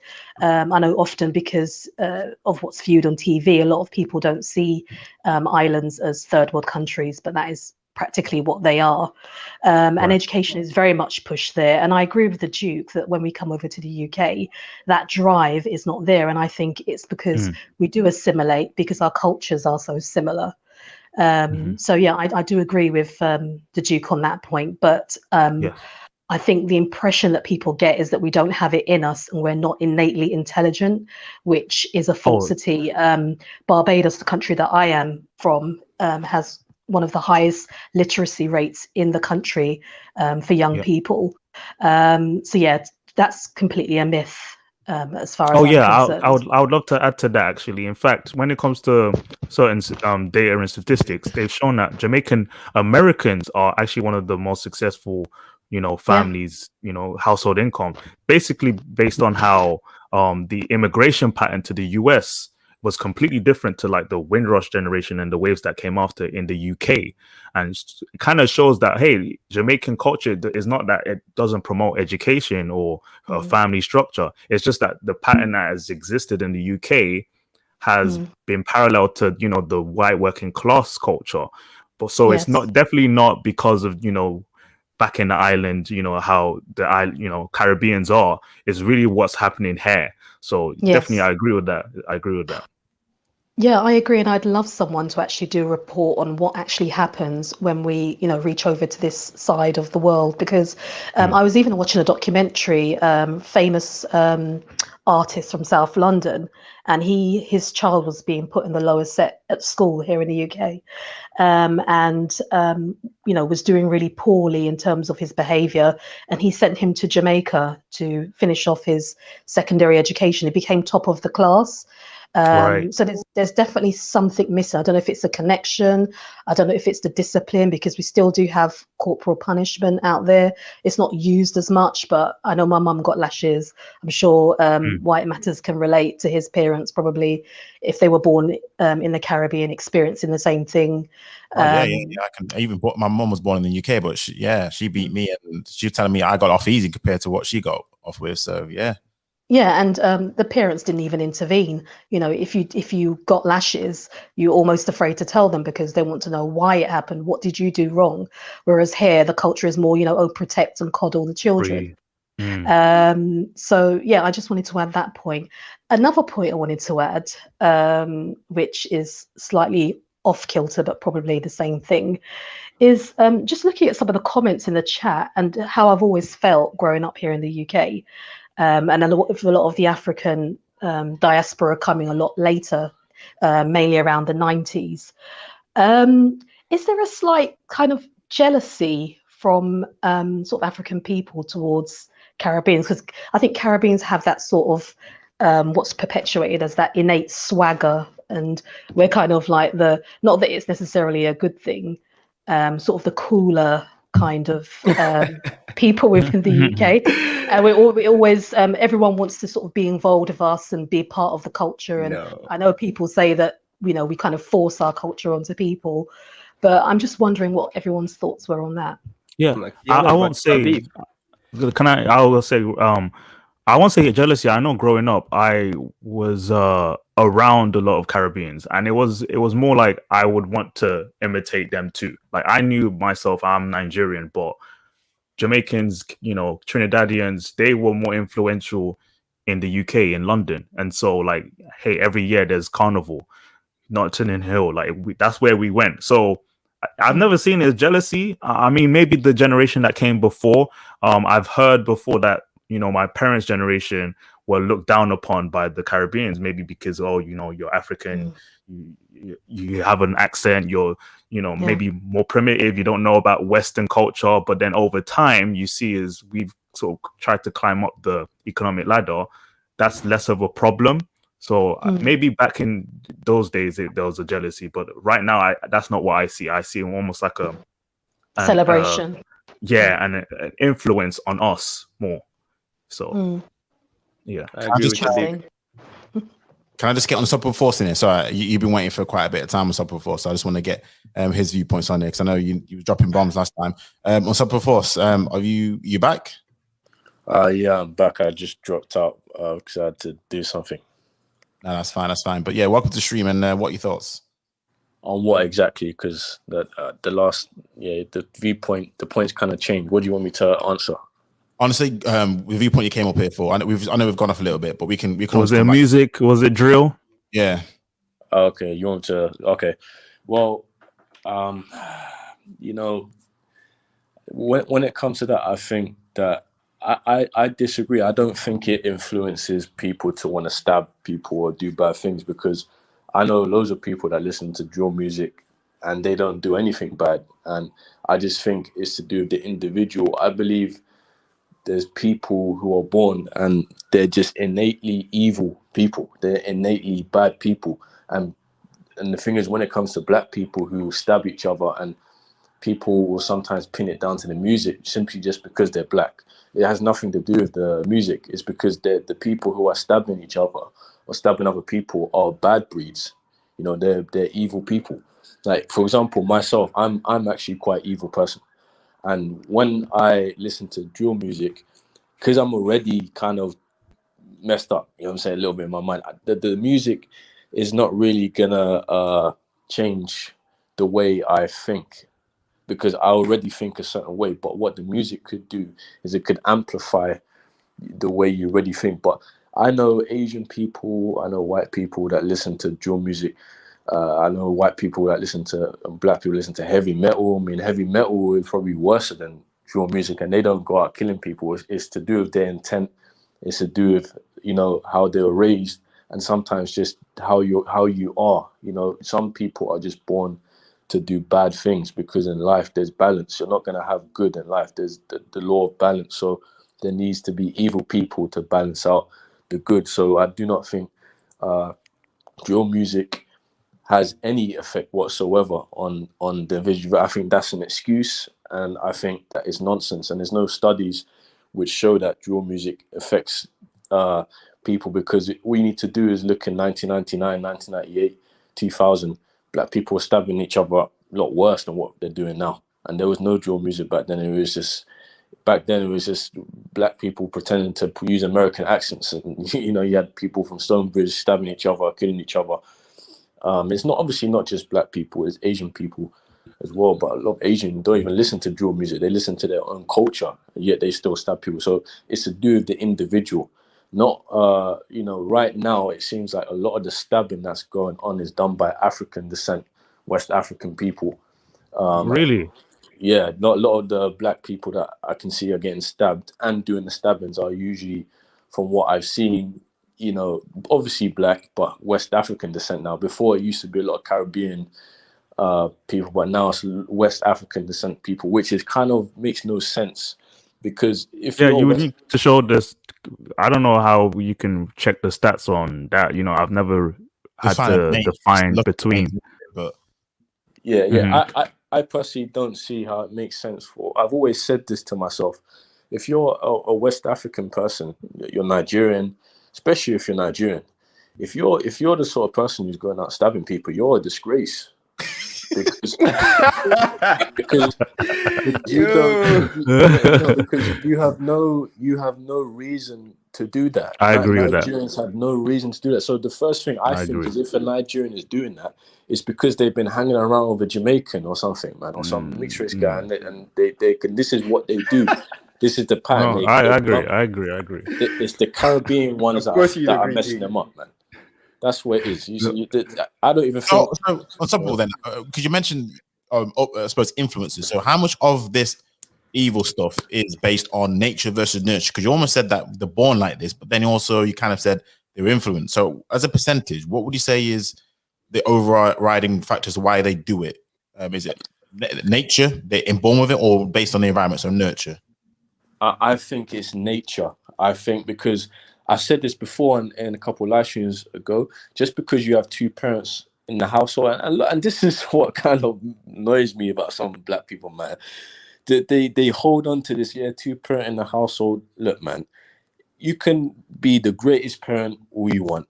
When you have a kid, you don't know what kid you're gonna get. You could get a demon from hell that's just come out of hell or something, and then he's just doing bad things. You could get a kid that's sexually assaulting your cousins, and you're like, "What the hell is he doing?" Whoa. You know? Yeah, but we tend to look at stats first. Like, how often is it like someone who came from a two-parent household is involved in criminality? Yes, there are those who uniquely are reckless and violent and cause that, but statistically speaking, you're more likely if you came from, a mother raised or single parent household. I mean, it's unfortunate, but that's just the statistic. That's why it's always brought. It's not because it never happens in a two parent household, Yeah. Can I add on to this? And that's why I was asking, Yeah, go on, King. Let me just add on to this. You said I think it's Unstoppable saying it's like nature. I feel like it's maybe 60 nature, 40% nurture, because I feel like with the statistical single parent household, why that happens is because obviously the parent is not about all the time because it's probably working. So the kid has to kind of move to their own devices, Right. and they might end up on the road hanging out with the wrong people. And through peer pressure, might feel like in order to connect with these people, they might have to fall down the path of, if these are my friends and this is what they do, if I want to be like, be in the group, I gotta kind of, even though it might be against their nature, they might kind of fight it to do that and make it part of their nature in order to fit in. So it's a kind of a balancing act, I feel, between your nature and your nurture or your circumstances per se. But yeah, honestly, it's tough. Yeah, I just want to say, sorry. I just want to say, like, I've always said this, like, if you're West African descent person, and this is not me being racist, I just think you should only associate when from the age of 13 to 25, you should just associate with African people, not Caribbean people. Hold on. I won't say that. Let me chime in real quick. Like, my first best friend was a Jamaican kid, yeah, and he grew up in a good, healthy family. And my next best friend was Trinidadian, two-parent household. Like, it really comes down to where you're from. Like, it's not about your culture. It's not about either Caribbean or African. It could be that a lot of African kids are also raised in estates as well, council estates. Also, as poor as well. So they associate with certain groups of friends that end up being gangs as well. It's really not down to Caribbeans, mean that it's functional as well. Just to point that out, two-parent household is functional household. Exactly. Yeah. Hell, just to point that out there. But so would you recommend an African not to hang out with yourself then? So because you're obviously Caribbean background, so would you tell an African don't hang around with me when I was 15 years old or something? No. Would I say that if I was 15? Well, basically, are you basically saying that Africans shouldn't hang around with you? Would you recommend people not hang around with you then? Who's African? When it comes to me, I'm nothing like these other people. They can hang around with me, and I have hanged around with Africans. I grew up with Africans. I grew up with Africans on my block. Like, all the black people on my block were all Africans. Even my school, all the black people. I was like the only Caribbean guy. But from what I've seen, is when sometimes, and this is not all the case, but sometimes when these West African guys, they start stabbing or it's down to the family though. It's down. Look, this is how I see it. Yeah, I remember growing up in school, I'll see one African kid who was misbehaving and acting rough and joining gangs, and then the next year he's not around anymore, and I find out that his parents sent him home, and sending him home is going back to the village that his parents came from, where they will whip him to straighten up. But then a lot of kids don't get sent back home because their parents are like, we don't care. We've done what we can. So there are specific families that just don't care. Just like Caribbean families who, that don't care or do care about education or their kids being disciplined. It's a unique thing for every family, but there's a trend. I get it. There it is. It's the trend, and unfortunately for Caribbeans, we more hit that trend as opposed to Unstoppable Forces. Yeah. Mr. Twist, I wanted to get you in there because you've been quiet. I know you wanted to say something. Do you want to say something on this? I was going to, but now I'm thinking about. I'm not sure. I think. Do you agree with Unstoppable Forces' viewpoint? Can I ask you that question then?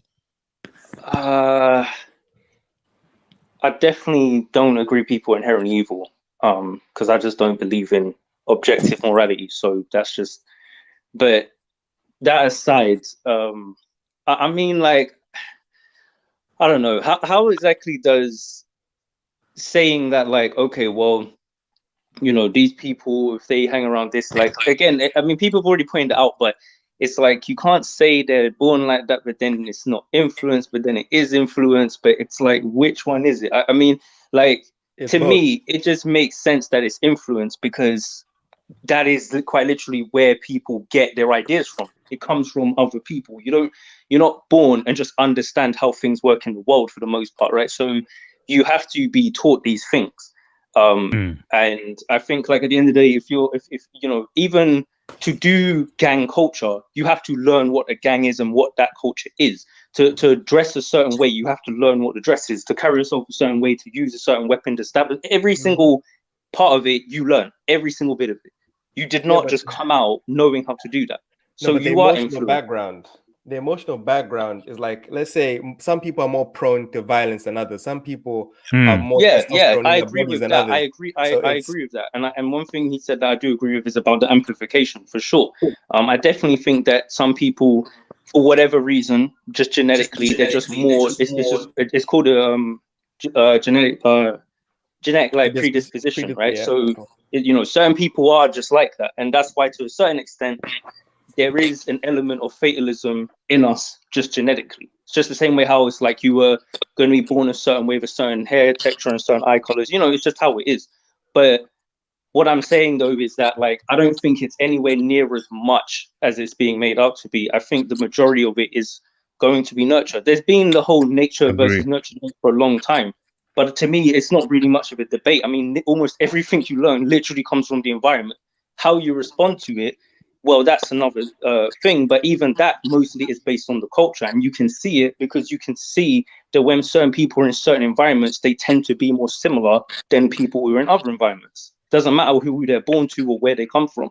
And then even with that, you look at the households. Are the households similar or are they different? You know, it's just like, it's the same. It's all to do with what's the similarities. And also another thing to do with, like, sometimes with the numbers, when people are like, oh, but the stats show this. Again, like, numbers by themselves is not as significant. You have to look at the context behind certain things. I think sometimes, you know, for example, the 2-parent household thing. I kind of agree with Unstoppable Force that it's a bit overstated, but I think the reason why it's considered to be such a bad thing is people are like, well, if you don't have 2 parents, it's a wrap. It's like, well, maybe what the issue is that you have to look at what kind of person is more likely to be a single parent or a single mother or whatever, and that's more what the issue is. I don't think it's just because they're a single parent by itself. No. There's a certain type of person who's more likely to end up in that situation. Yeah. The context is not that, oh, if you're from a single parent household, you're bound to be a criminal. No, the point is that there's a chance that, look, a child is better off being raised by 2 adults. And even if they're not, you know, some kids need more discipline than others, right? A child can be raised by a single mom or single dad and but his sibling can be harder or stubborn to deal with. You know what I mean? So it really, again, nurture versus nature.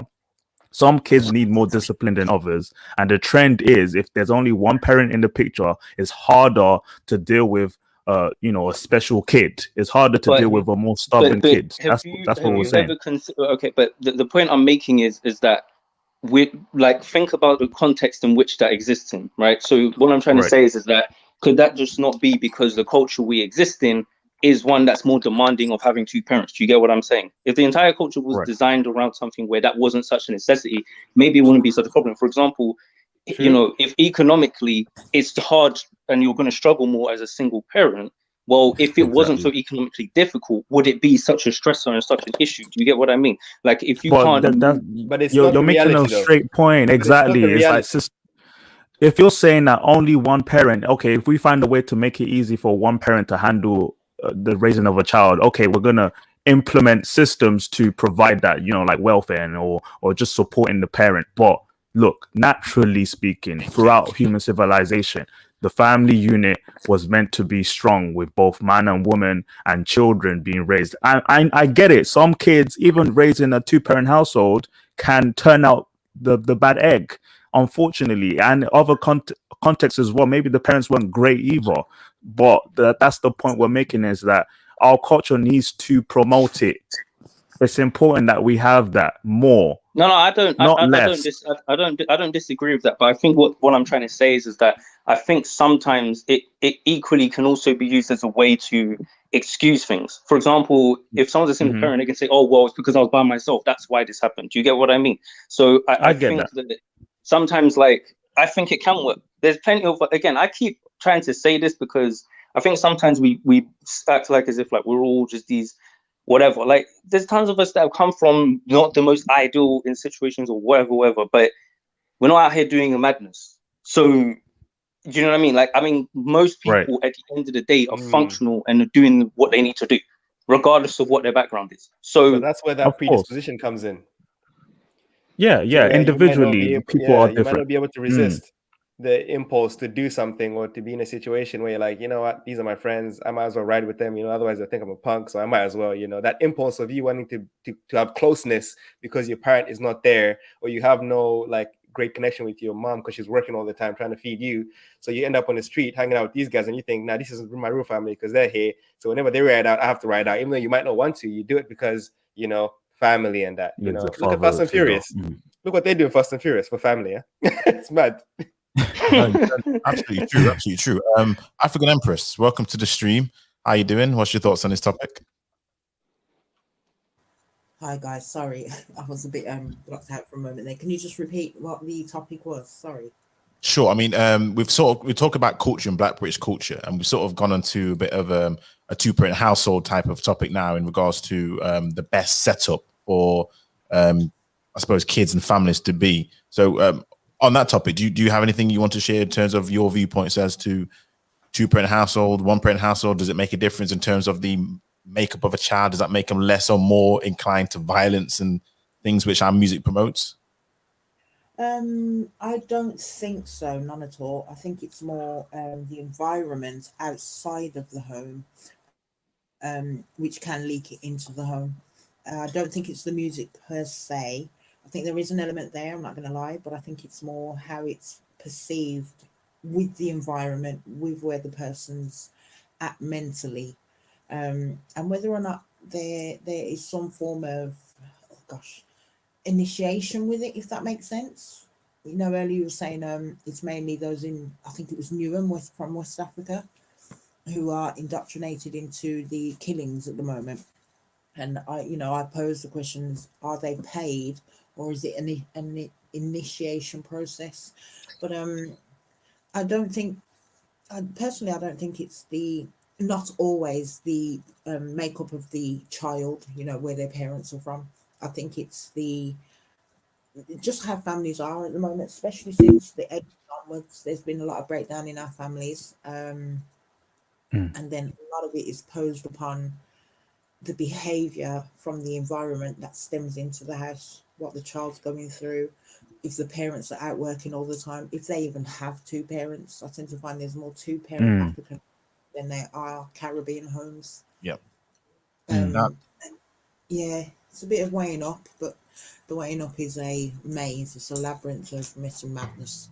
Let me ask you this, African Empress, because you mentioned the environment and the community, and I totally understand that and I agree. But maybe it's just how I see things. But do you not see the environment as just a collection of families together in maybe an area, street? But do you not see the environment as totally being about a group of families? Now, maybe because we're in a more individualistic society, that's maybe not how it is. But how do you see the environment? Do you see it completely unlinked to families, or do you see families as the centerpiece of the environment a child lives? I think it's a bit of both, and I do think it does depend upon your background, the income, the schooling. 'Cause, you know, there's a lot of children, especially 10 years after me, who just don't want anything to do with school. They're not interested in it. They prefer to go out and make money. And then again, I think it's by location. I think where I am, a lot more people, whilst they don't like school, they're not abhorrent of it.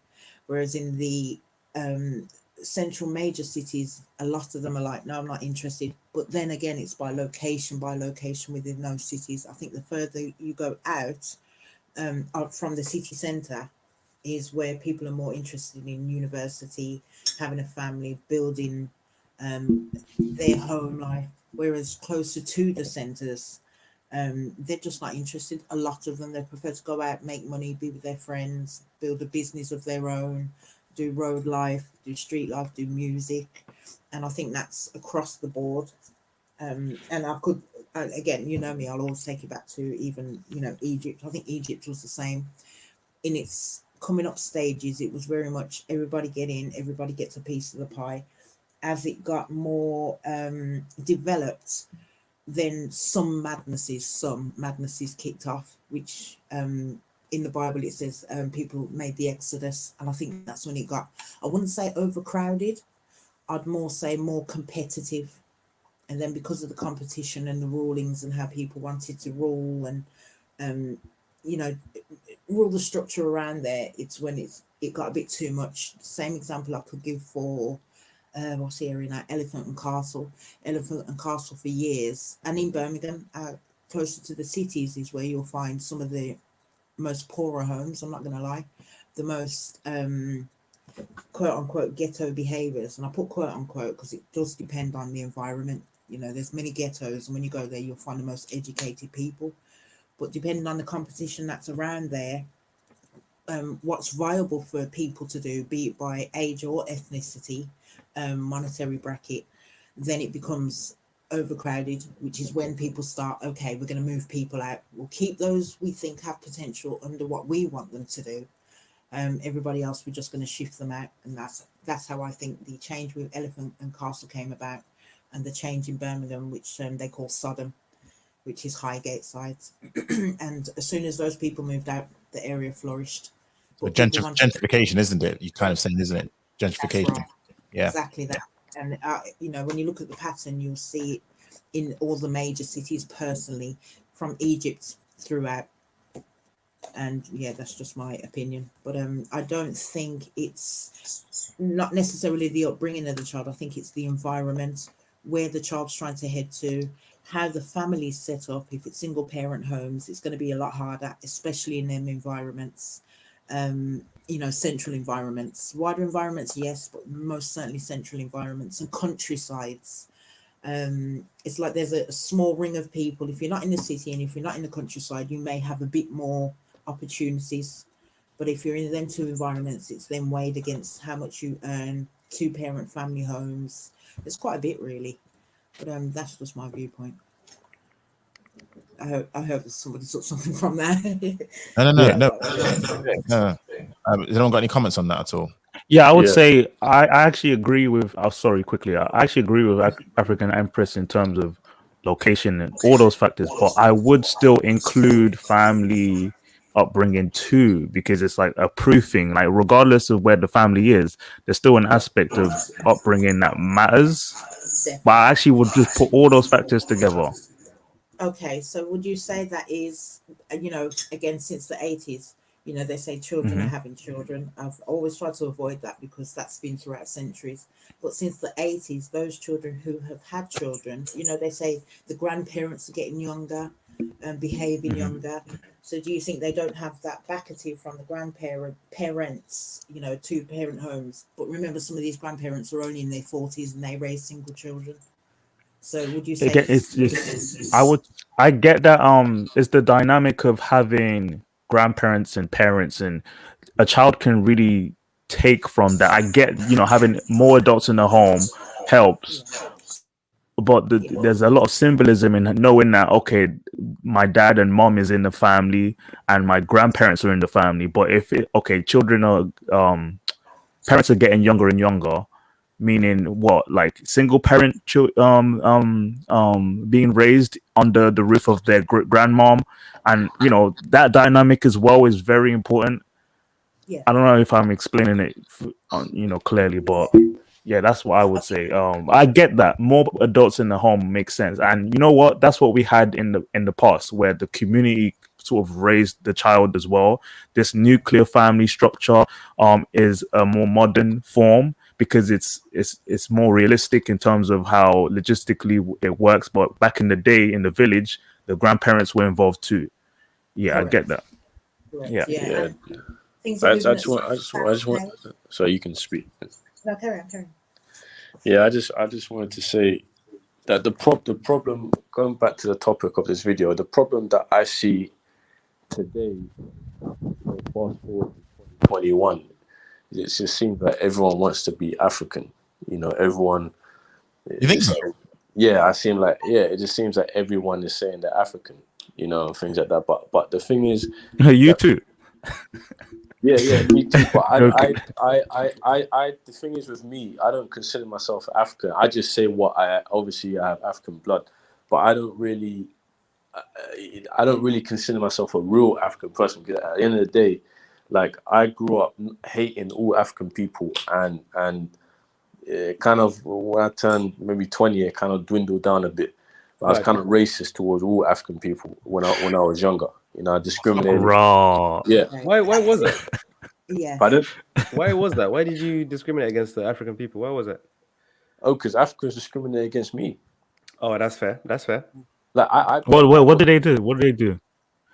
So, for example, when I was in school, all the African people would stick to themselves.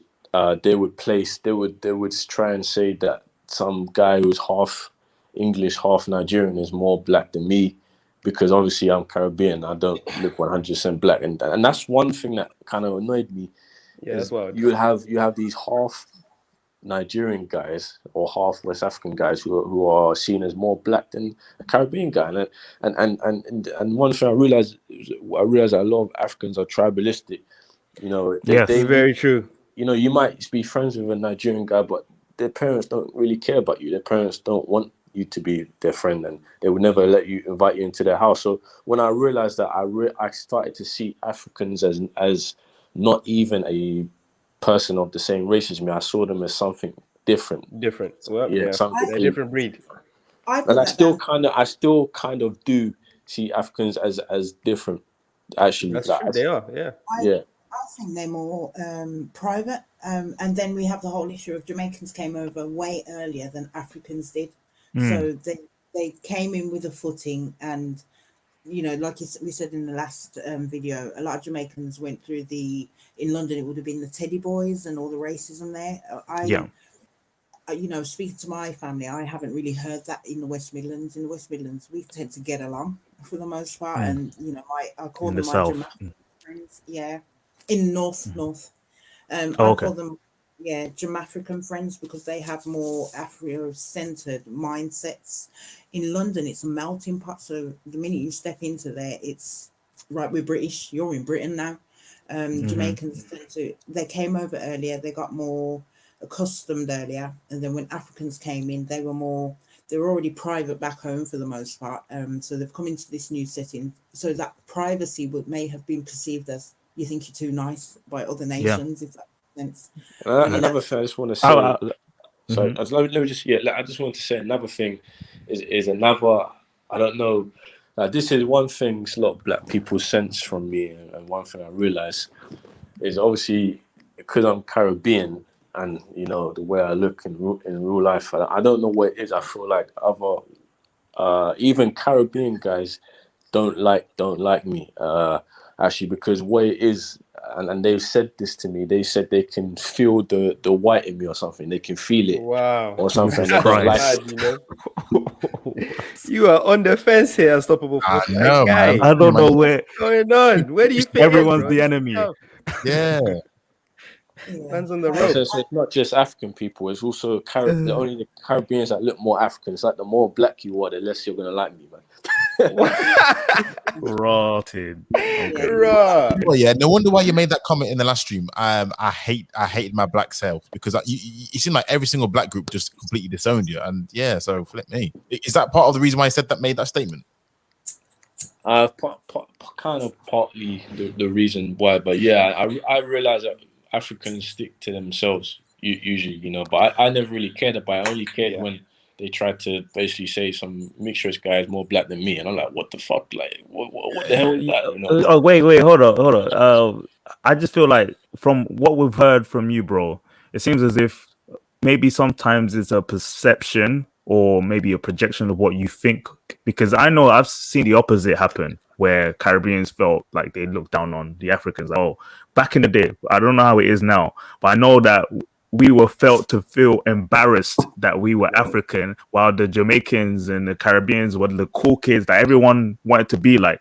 Do you know what I mean? So I've never. What you said is unique, of course, and is your experience. The tribal, man. Nah, it's true. No, honestly, true. I agree. Yeah, man. And he said mixed race Africans are accepted more because of that African side. You see, but yeah, I don't think it's as deep as hard like as you think is more superficial. But then if you have a friend who's African, like he's not deep in all these little things you're saying. You know what I mean? Like we can be friends, and I won't think of it like that. You know what I mean? Yeah, but then that's individual. And Yeah, you know, yeah. You may have had a different upbringing, so you're not doing some of the slang and some of the, you know, certain things. It's very individual, because I believe I'm going through that now. And I think the problem is that I'm just able to flow between my African, Caribbean and Britishness. And those who haven't spent any form of time with me wouldn't really understand me. You've got to spend quite a bit of time with me, if that makes sense. And you know, I have very few friends, and they've been with me 25 years. I've met new people in the past few years, and they've, you know, warmed to me. But those who don't know me, they're just going off what they think. They've got their own issues in the head, I call it. That's not everyone. That's not everyone. Some will have their own perceptions, and then with the, you know, as I call it, the sussel and the go wrong. They've taken it. Oh, this one thinks she's too nice. You know, I've sat in groups of Jamaicans and heard things about Africans, and then when I mention I'm African, it's like, oh, okay, we didn't realize that. And then when I go other places, and then they think I'm automatically Jamaican. All the way around. Until I do something or say something or even purchase. So I purchased a flag the other day, and the ladies, the way they were looking on me, it's like, why is she purchasing that flag? And then they ask me, where are you from? And it's like, oh, I'm from Sierra Leone. Oh my gosh. Oh, okay. I've always had that. I've always been able to flow with that. But yeah, there's a whole other thing on in very tribal. There's no winning. There's actually no winning. I feel like this is how it's gonna be, bro. We just need to deal with it and accept that this is the world we live in. And people are tribalistic. People, like, there's an experiment done where two people, a set of people put in a room, and they kind of just split them up, like put someone on this side and someone on the other side, and they're doing a project. And you just over the time, you saw that they became more tribalistic. Like, these people started hating on the other people because they think that the shit, they think that the project is the best. No, it's not. We're gonna beat them. It's just, this is human nature, to compete, to try and be the best. Like, it's just in our DNA. So for me, I'm just like, you know what, this is what it is. If someone's being mean to you, whatever, it's just, bro, this is how they're built. It's crazy. No, it's interesting. We can't change it. Funny enough, we're meant to be human beings who can actually articulate, other than other animals. We can actually use our words to actually articulate what we're feeling, how we're feeling, and how we can understand our cultures. And yet we seem to be so tribal. It's unbelievable. But do you think then, because we talk about Black British culture, and we talked about the future, can we as people, Caribbeans, Africans, is there any way of us putting down that BS? Because we're, you know, should be intelligent, we should be smart, and actually coming together. Do you see that happening? Because you seem to be King GDB a bit on that. Yeah, it is what it is. No, let me tell you this, there is only one way that happens: if there is a bigger threat. You saw when the whole Black Lives Matter thing happened, that brought all Black people together. They said, you know, I don't care if you're Jamaican, if you're Black, we're with you, we're standing together, all this and all that, you know. Everybody, when there's a bigger threat, this is like, have you seen a movie called Watchmen, The main bad guy, Ozymandias, realized that humans can't get together unless there's a bigger threat. So he made one of the heroes, Dr. Manhattan, look like a villain, so that he could be the biggest threat. So the world can pull together and work together. There is no way for us to come together unless there's a bigger threat that, probably might lead to an extinction. Yeah. There's no way. It's not gonna happen. If we're too laxed, we always try to find something different other people to hate on. If racism goes away, it's gonna be heightism. If heightism goes away, it's gonna be your nose is this, your hair color is this. Type. There's no way. It's not happening. Like with human nature, unless we override our programming, our DNA, there is no way. It is what it is. We can't do it. Don't worry. That's coming as well. Don't worry. Well, hopefully it comes. What do you mean? The biggest threat? Heightism. No. The overriding thing. Overriding the DNA. Let's do that, because that way, no, I'm not too sure about it. That's not a good thing. I don't think that's a good thing. No, it's a good thing, because scientists have said, futurists anyway, they often say this, like the only way human race could advance to a certain technological extent is if we cultivate a hive mind, where we are all on the same page. You're talking about the I know exactly. That's what I was implying, and you're talking about the technological singularity. And no, that's not a good idea. It's a good idea, because otherwise we perish. It really isn't. I mean, for what? But this is the thing, though. And I don't want to take the conversation too far, but that's something I've got a very strong view on. I think that's again, back to what I said about learned things. That's something you learn, to believe that. Everything, technological advancement, even though you can blatantly see that technological advancement isn't always something that's good in terms of nature, because it can damage the environment. So very true. It's one of those things where it's give and take. Do you know what I mean? So it's like sometimes you go past a certain point, technology is being used to keep people down and oppressed, and we can resist that because governments aren't so technologically advanced. Once they go past a certain point, that will literally be impossible. For example, if you were to have chips inside of people and stuff, when you can be deactivated at a flip of a button, or like what you're saying, we're all kind of the same, then you can't do anything. So I don't think it's a good idea. I agree with what you're saying, yeah, go on. With our difference, with the freedom of having the choice to do what we want, be who we want to be, that innately breeds differences, and those differences aggregate us into groups, and then we become tribal. But why is that a bad thing? It's not a bad thing, but if we want to be then we will never become unified, because we're talking about how can we become one and become a collective. It's not going to happen unless we override that. The thing is, though, personally, I'm against the idea anyway. So to me, that's why I'm not in favor of it. I don't think that. I mean, we say here's the thing that's ironic about it. So in the West, we talk about celebrating diversity, but then at the same time, there's also this idea of being the same. I mean, it's a contradicting ideology and narrative in a sense, because what you're saying is we should be happy because of how different we are, but we should all be the same as well, though. That doesn't make any sense. At the end of the day, we are different as people. Nature just has it be that some people are just born with different things. Some people aren't as tall as others. Some people aren't genetically able to put on as much muscle or get foul. Like me, for example, I don't put on weight. Other people, they eat what I eat. They eat what I eat. So, you know what I mean? Is that fair? They might look at that and be pissed, and they might feel some type of way about it. But the fact of the matter is we're different, and that's okay. I don't think we need to all be the same. And I think it's a very interesting thing, because I think that there's a lot to that I'm not going to get into, but I just don't think that's necessarily a good thing. I think that the differences are important to maintain, personally. Diversity. I just want to say, adding on to what Mifta said, because when it comes to racism and things like that, because a lot of people complain about racism.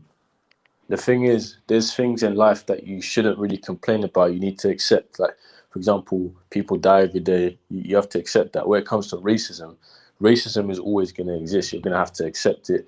And the reason why racism, I think, exists is for survival, is for competition.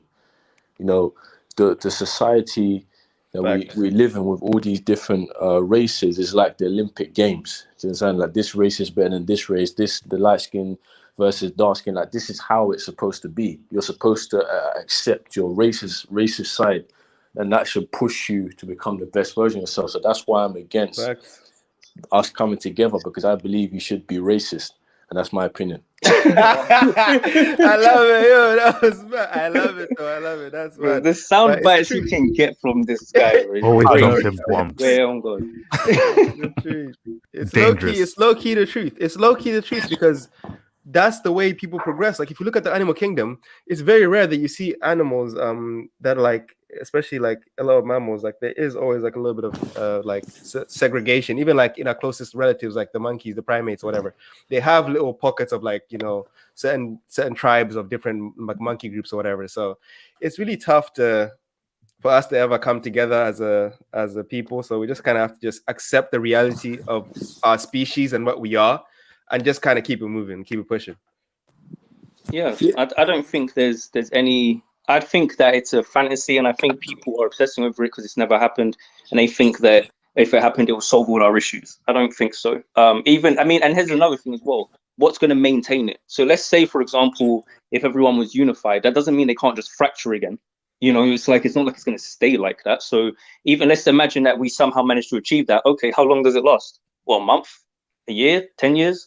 Even if it lasted a century, does it matter if we go back to what we were? Like, I think, as you said, because it's human nature, we will always default to that. It's the same reason why communism doesn't ever seem to work the way that it's supposed to on paper, because there's always going to be people who want to have the upper hand. It's not going to be everyone's just, we're all the same. Like, no.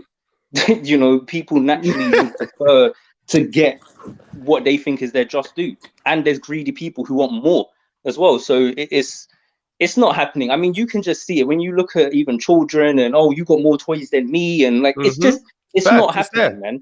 It's not happening, and I don't think it needs to. I think we have to stop wanting to, because again, I'm against it, because I think it's a mentality of wanting to control human nature and play God and think, you know, and the problem is we are getting to the point where we may be able to do things like that. And I think that it's something that I'm not too much a fan of at all.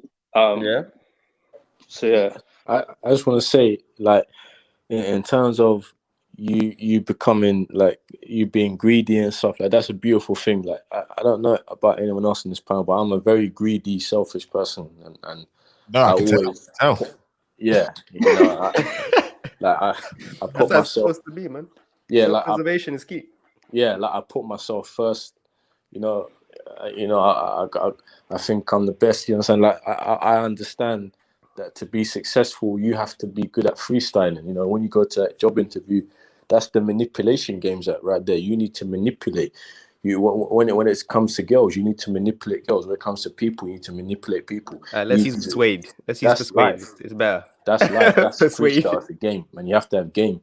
You have to manipulate your way through. Chop something. You know what I'm saying? Like if you want to get more money, you can do it the legit way, but you're gonna realize if you want to get over that £15,000 hump, you're gonna have to chop some people's fingers off. You're gonna have to put people in debt. You're gonna have to maybe do some scamming here and there. That's just how it is. And it's funny to do that. I love it. It's funny you say that though, because again, like that's the thing. Like that's because of the system, in a sense, which I guess is what the argument that communists would make or whatever. But it's like, even with what you're saying, that's mostly due to how things are set up. It's not because that's what success is. Success is subjective.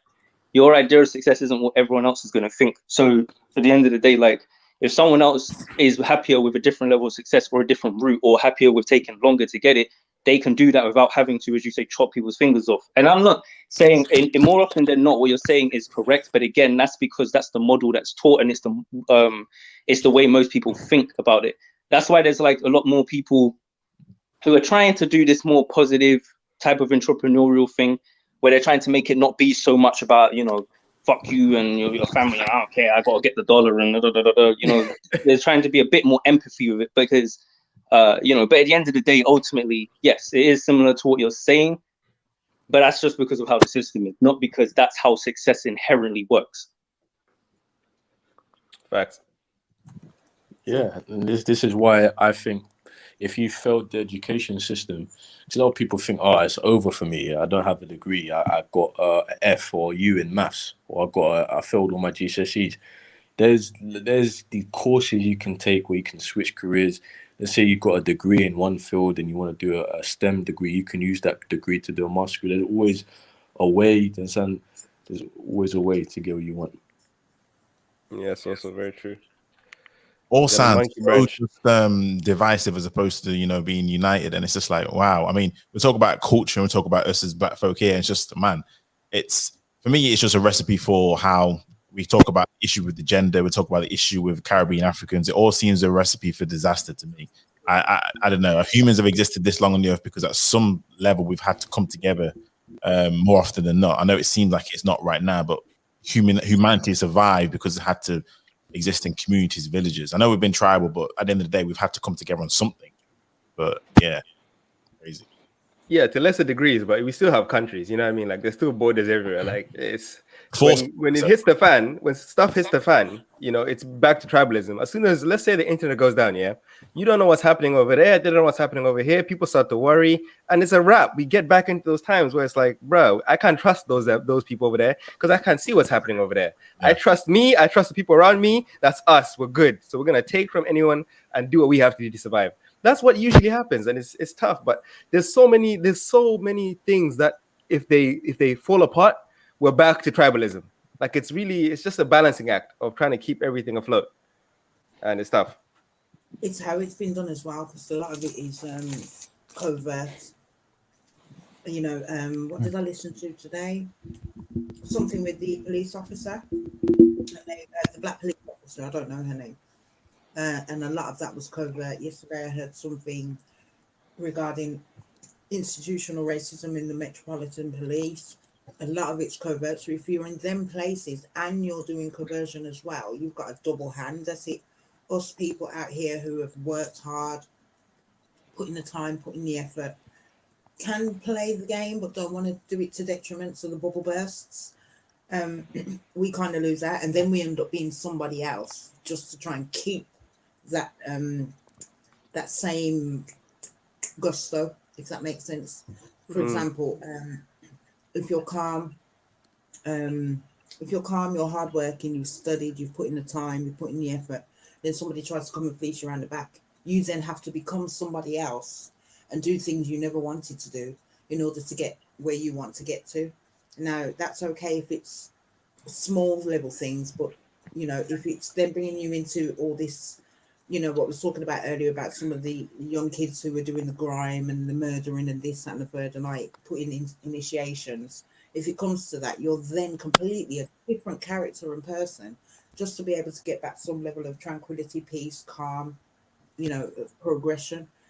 And then by then, your culture's left behind you. Certain elements of your culture's left, be it African, Caribbean, British, Pakistani, or whatever. You've changed into somebody else because you've had to meet that somebody else at their level. Does that make sense? So then with just with that alone, you're further far away from the unity from you as a person who was raised in a certain way with a certain character. And that's when it starts getting detrimental. I'm very competitive, but there's things I don't want to do. But when somebody's fleecing you back, you know, you have to consider other things. And I think that's very unfair on the individual. And then within that, you're stuck in a catch-22, whereby for me, it would be, oh, she's an angry black female.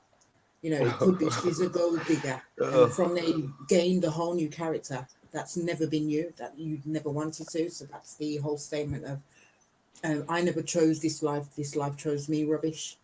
And that's simply because somebody's round the back, you know, trying to fleece, trying to do the dirty on you, trying to do all sorts of mannerisms. And then bit by bit, our culture's going further and further down the drain. Yeah, that's true. Yeah. Right. I mean, I think this is a perfect time. I know we've been going for over 2 hours now, and usually my streams are a bit longer than this, but I think now's a perfect time to try and almost wrap this up. It's 10 to 11 here. I know a lot of people UK time, so that's awesome. So I just want to say thank you to everyone in the chat for being here. I appreciate each and every one of you. The chat's it's been funny to say the absolute least. But yeah, thank you to the Duke. Obviously, you are my guest of honor, if you like. I do appreciate no problem. Thanks for having me. Make sure you subscribe to his channel. Mods, if you can put his channel link in the description box before we sort of do our last little, basically the benediction. So before we do our little final sayings, I just want to go around the panel and almost get their viewpoints on Black British culture. I kind of wanted to just, if I end off with this question as opposed to in a two-part way, how do you view Black British culture, and do you see it being a unique thing, or just say a thing going forward? Can you see it happening? So if I start off with the Duke and then go around, is that okay? Yeah, yeah. Thanks for having me, Why It Matters, man. This was a good topic, man. And yeah, since it delves into the content I kind of explored, I would say Black British culture as a maybe if it's defined as a one culture, does not exist. It's an infusion of other cultures influenced by our background and our own upbringing, whatever that may be. I just think that we just need to be more particular about how we define culture. And Black people in the UK still have a long way to go, and it really depends how long we would really last in terms of how we influence the UK or how we influence our own community. But in general, yeah, I don't think it can be defined in one scope, but in multiple, because we are multiple conversations. We are multiple cultures, and as we can see in the conversation we had today, there's a rift based on where we're from, our upbringing, our specific backgrounds, and we explored that, and we should continue to do so rather than brush it over and we're just Black. But there's more context to everything. But yeah, thank you for having me. Was there a second question, or I've covered it? You covered it because I was asking, do you think that can happen in the future? So you've kind of answered it for definite. In the future, we explored that. And you know what? At first I thought, yeah, it's possible, but is it really defined based on how we are today? The one major factor we raised was that it has to come from a major threat. King GDB said it, and you said it earlier, that in order for us to be unified in a sense, it would be an outside threat that would cause us to do so. Just like how the BLM movement started. Can that be prolonged in a sense for us? I don't know. I mean, are things getting better in the UK, in Europe, in the Western world? I think so. I would say so. We're raising awareness to how racism affects us, and there is still tribalism, but in a sense, when it comes to race, Black and white and Asian, all of that, I think things are getting better. So I doubt there will be a distinct culture in the UK when it comes to Blackness, more so background, ethnicity. You know what I mean? So I'll leave it there. Yeah. So thanks for having me. This is the Duke. I also have my co-host on a different channel, King GDB from Not Your Average Joe's podcast. You guys can check it out. I'll let you know and plug in. We also discuss a lot of other topics, so you can check that out too. Yeah. No, I appreciate it, Phil. No worries. Thanks for coming on. Everything's been great. King GDB, what are your thoughts? All right, I'll have to say it doesn't exist. And the reason for this, I'll keep it nice and short, is because most of us know our backgrounds. Unlike America, where they are just an amalgamation of different people who went through slavery, and most of them don't know where they came from, so they have only each other, so they have a collective culture. But here, we all know our distinct backgrounds. We're maybe first generation, second generation, but we still know, oh, I'm from the Caribbeans, I'm from Africa, I'm from here, I'm from there. So for us, it's harder for us to even mix because we know our origins. Whereas a lot of people in America don't know their origins unless they do the DNA test, but a lot of them don't know. So they just kind of collectively band together. So for me, it's not going to happen. It probably will not happen, but we'll see how it goes. I hope it does though, but we'll see how it goes. No, thanks for your comments. And yeah, I want to see how it goes too. African Empress, your thoughts? All right, mine's going to be a bit long. Okay, ready? Black culture. I think, like I said earlier, some of us are losing our individualistic cultural stances, whilst we enjoy mixing with this push for diversity, which I read in the comments is an actual push as opposed to, oh, I want to mix. We're losing our individualism, if that makes sense. So in terms of unifying, I think it's going to be a lot harder. I think maybe in about 1,000 years' time, we'll all be exactly the same, which amounts to robots. For example, we've got different types of BLM. Can we really unify? So in one sense, can we unify as our individualistic selves? So can Black people unify? Can Asian people unify? Can white people unify as our individualistic selves? And the example I give of that is the Black Lives Matter campaign was one thing, and many other things. You know, there were many different variations of Black Lives Matter. It's a bit mixed at the moment. Even though we mix, we're still sort of losing out as Black people. I can't explain that no better. It's as if to say, if we mix more with other nations, then we'll get a better hand. That's been for a good while, but I think it's more predominantly concentrated now. And there are Black and mixed people who are angry out here. There's also white and Asian people who are angry out here. So I think it's dependent on the parts where you live, you know, what type of Black, white and Asian you are, that mixes. I think there's just constant confusion. And somebody said it in the line, and I cannot remember who said it, but it was in a song, and it was like, the more we, there's two, the more we change, the more we stay the same. But in the next line, it was like, there's a whole heap of confusion out here. I think it was Lauryn Hill. I can't remember what it was. There's a lot of confusion out here, whilst we're all just trying to get along. But I think the push for us to mix more is pretty unfair, really. I'm going to say that word again. It's unfair. We mix generally as a people. We're happy to mix, but to push it into the family household, you know, there's a lot of Black women who want Black men. There's a lot of Black men who want Black women. But I think just the things we go through is making us mix a lot more. So there is unity. It's just what in and whose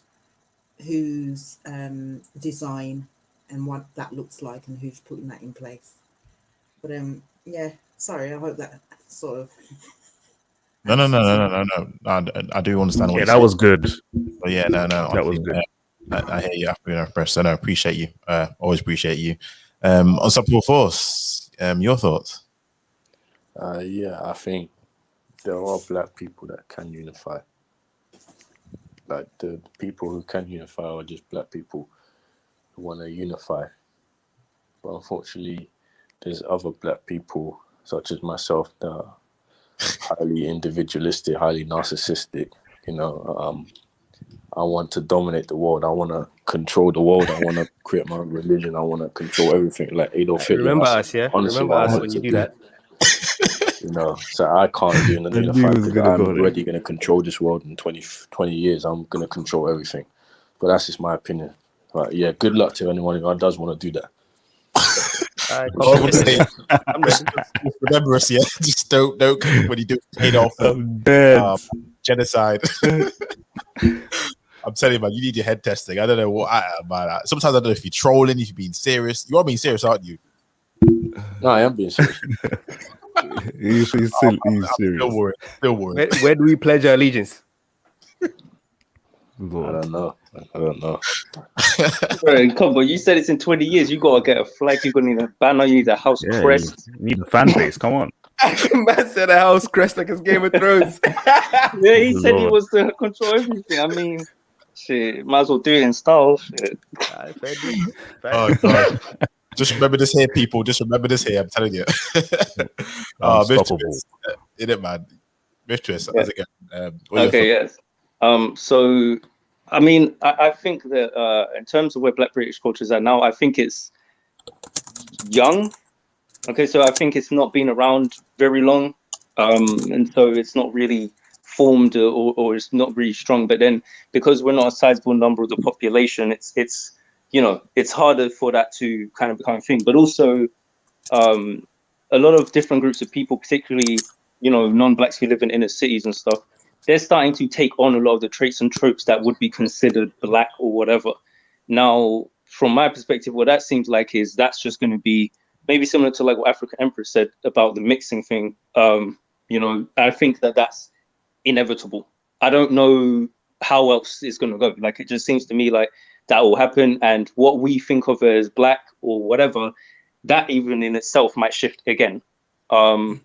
Because of all of the mixing and stuff. So it's hard to say, because I think that is a big factor in what is going to be considered Black and Black British going forward into the future. So at present, I'd say it's just a young thing, and it's hard to determine what it really is, you know, because it's something that, for starters, a lot of people don't even have an agreement on whether or not they are Black British or whether they're, you know, African or from the Caribbean, or, you know, like, I still know people who don't want to say that they're British. So it's hard to really say what it is when not everyone's got a collective idea of that. And again, I think that's just because it's young. Same thing like how mixed race people, they're still not that big of a population size, so a lot of them, they don't have a distinct identity of this is what mixed race people do. Even with that, there's like little cultural things that are forming, you know, but there's still not enough distinctions for them to say this is mixed race culture. You know what I mean? It just doesn't exist. So I think it's similar to that.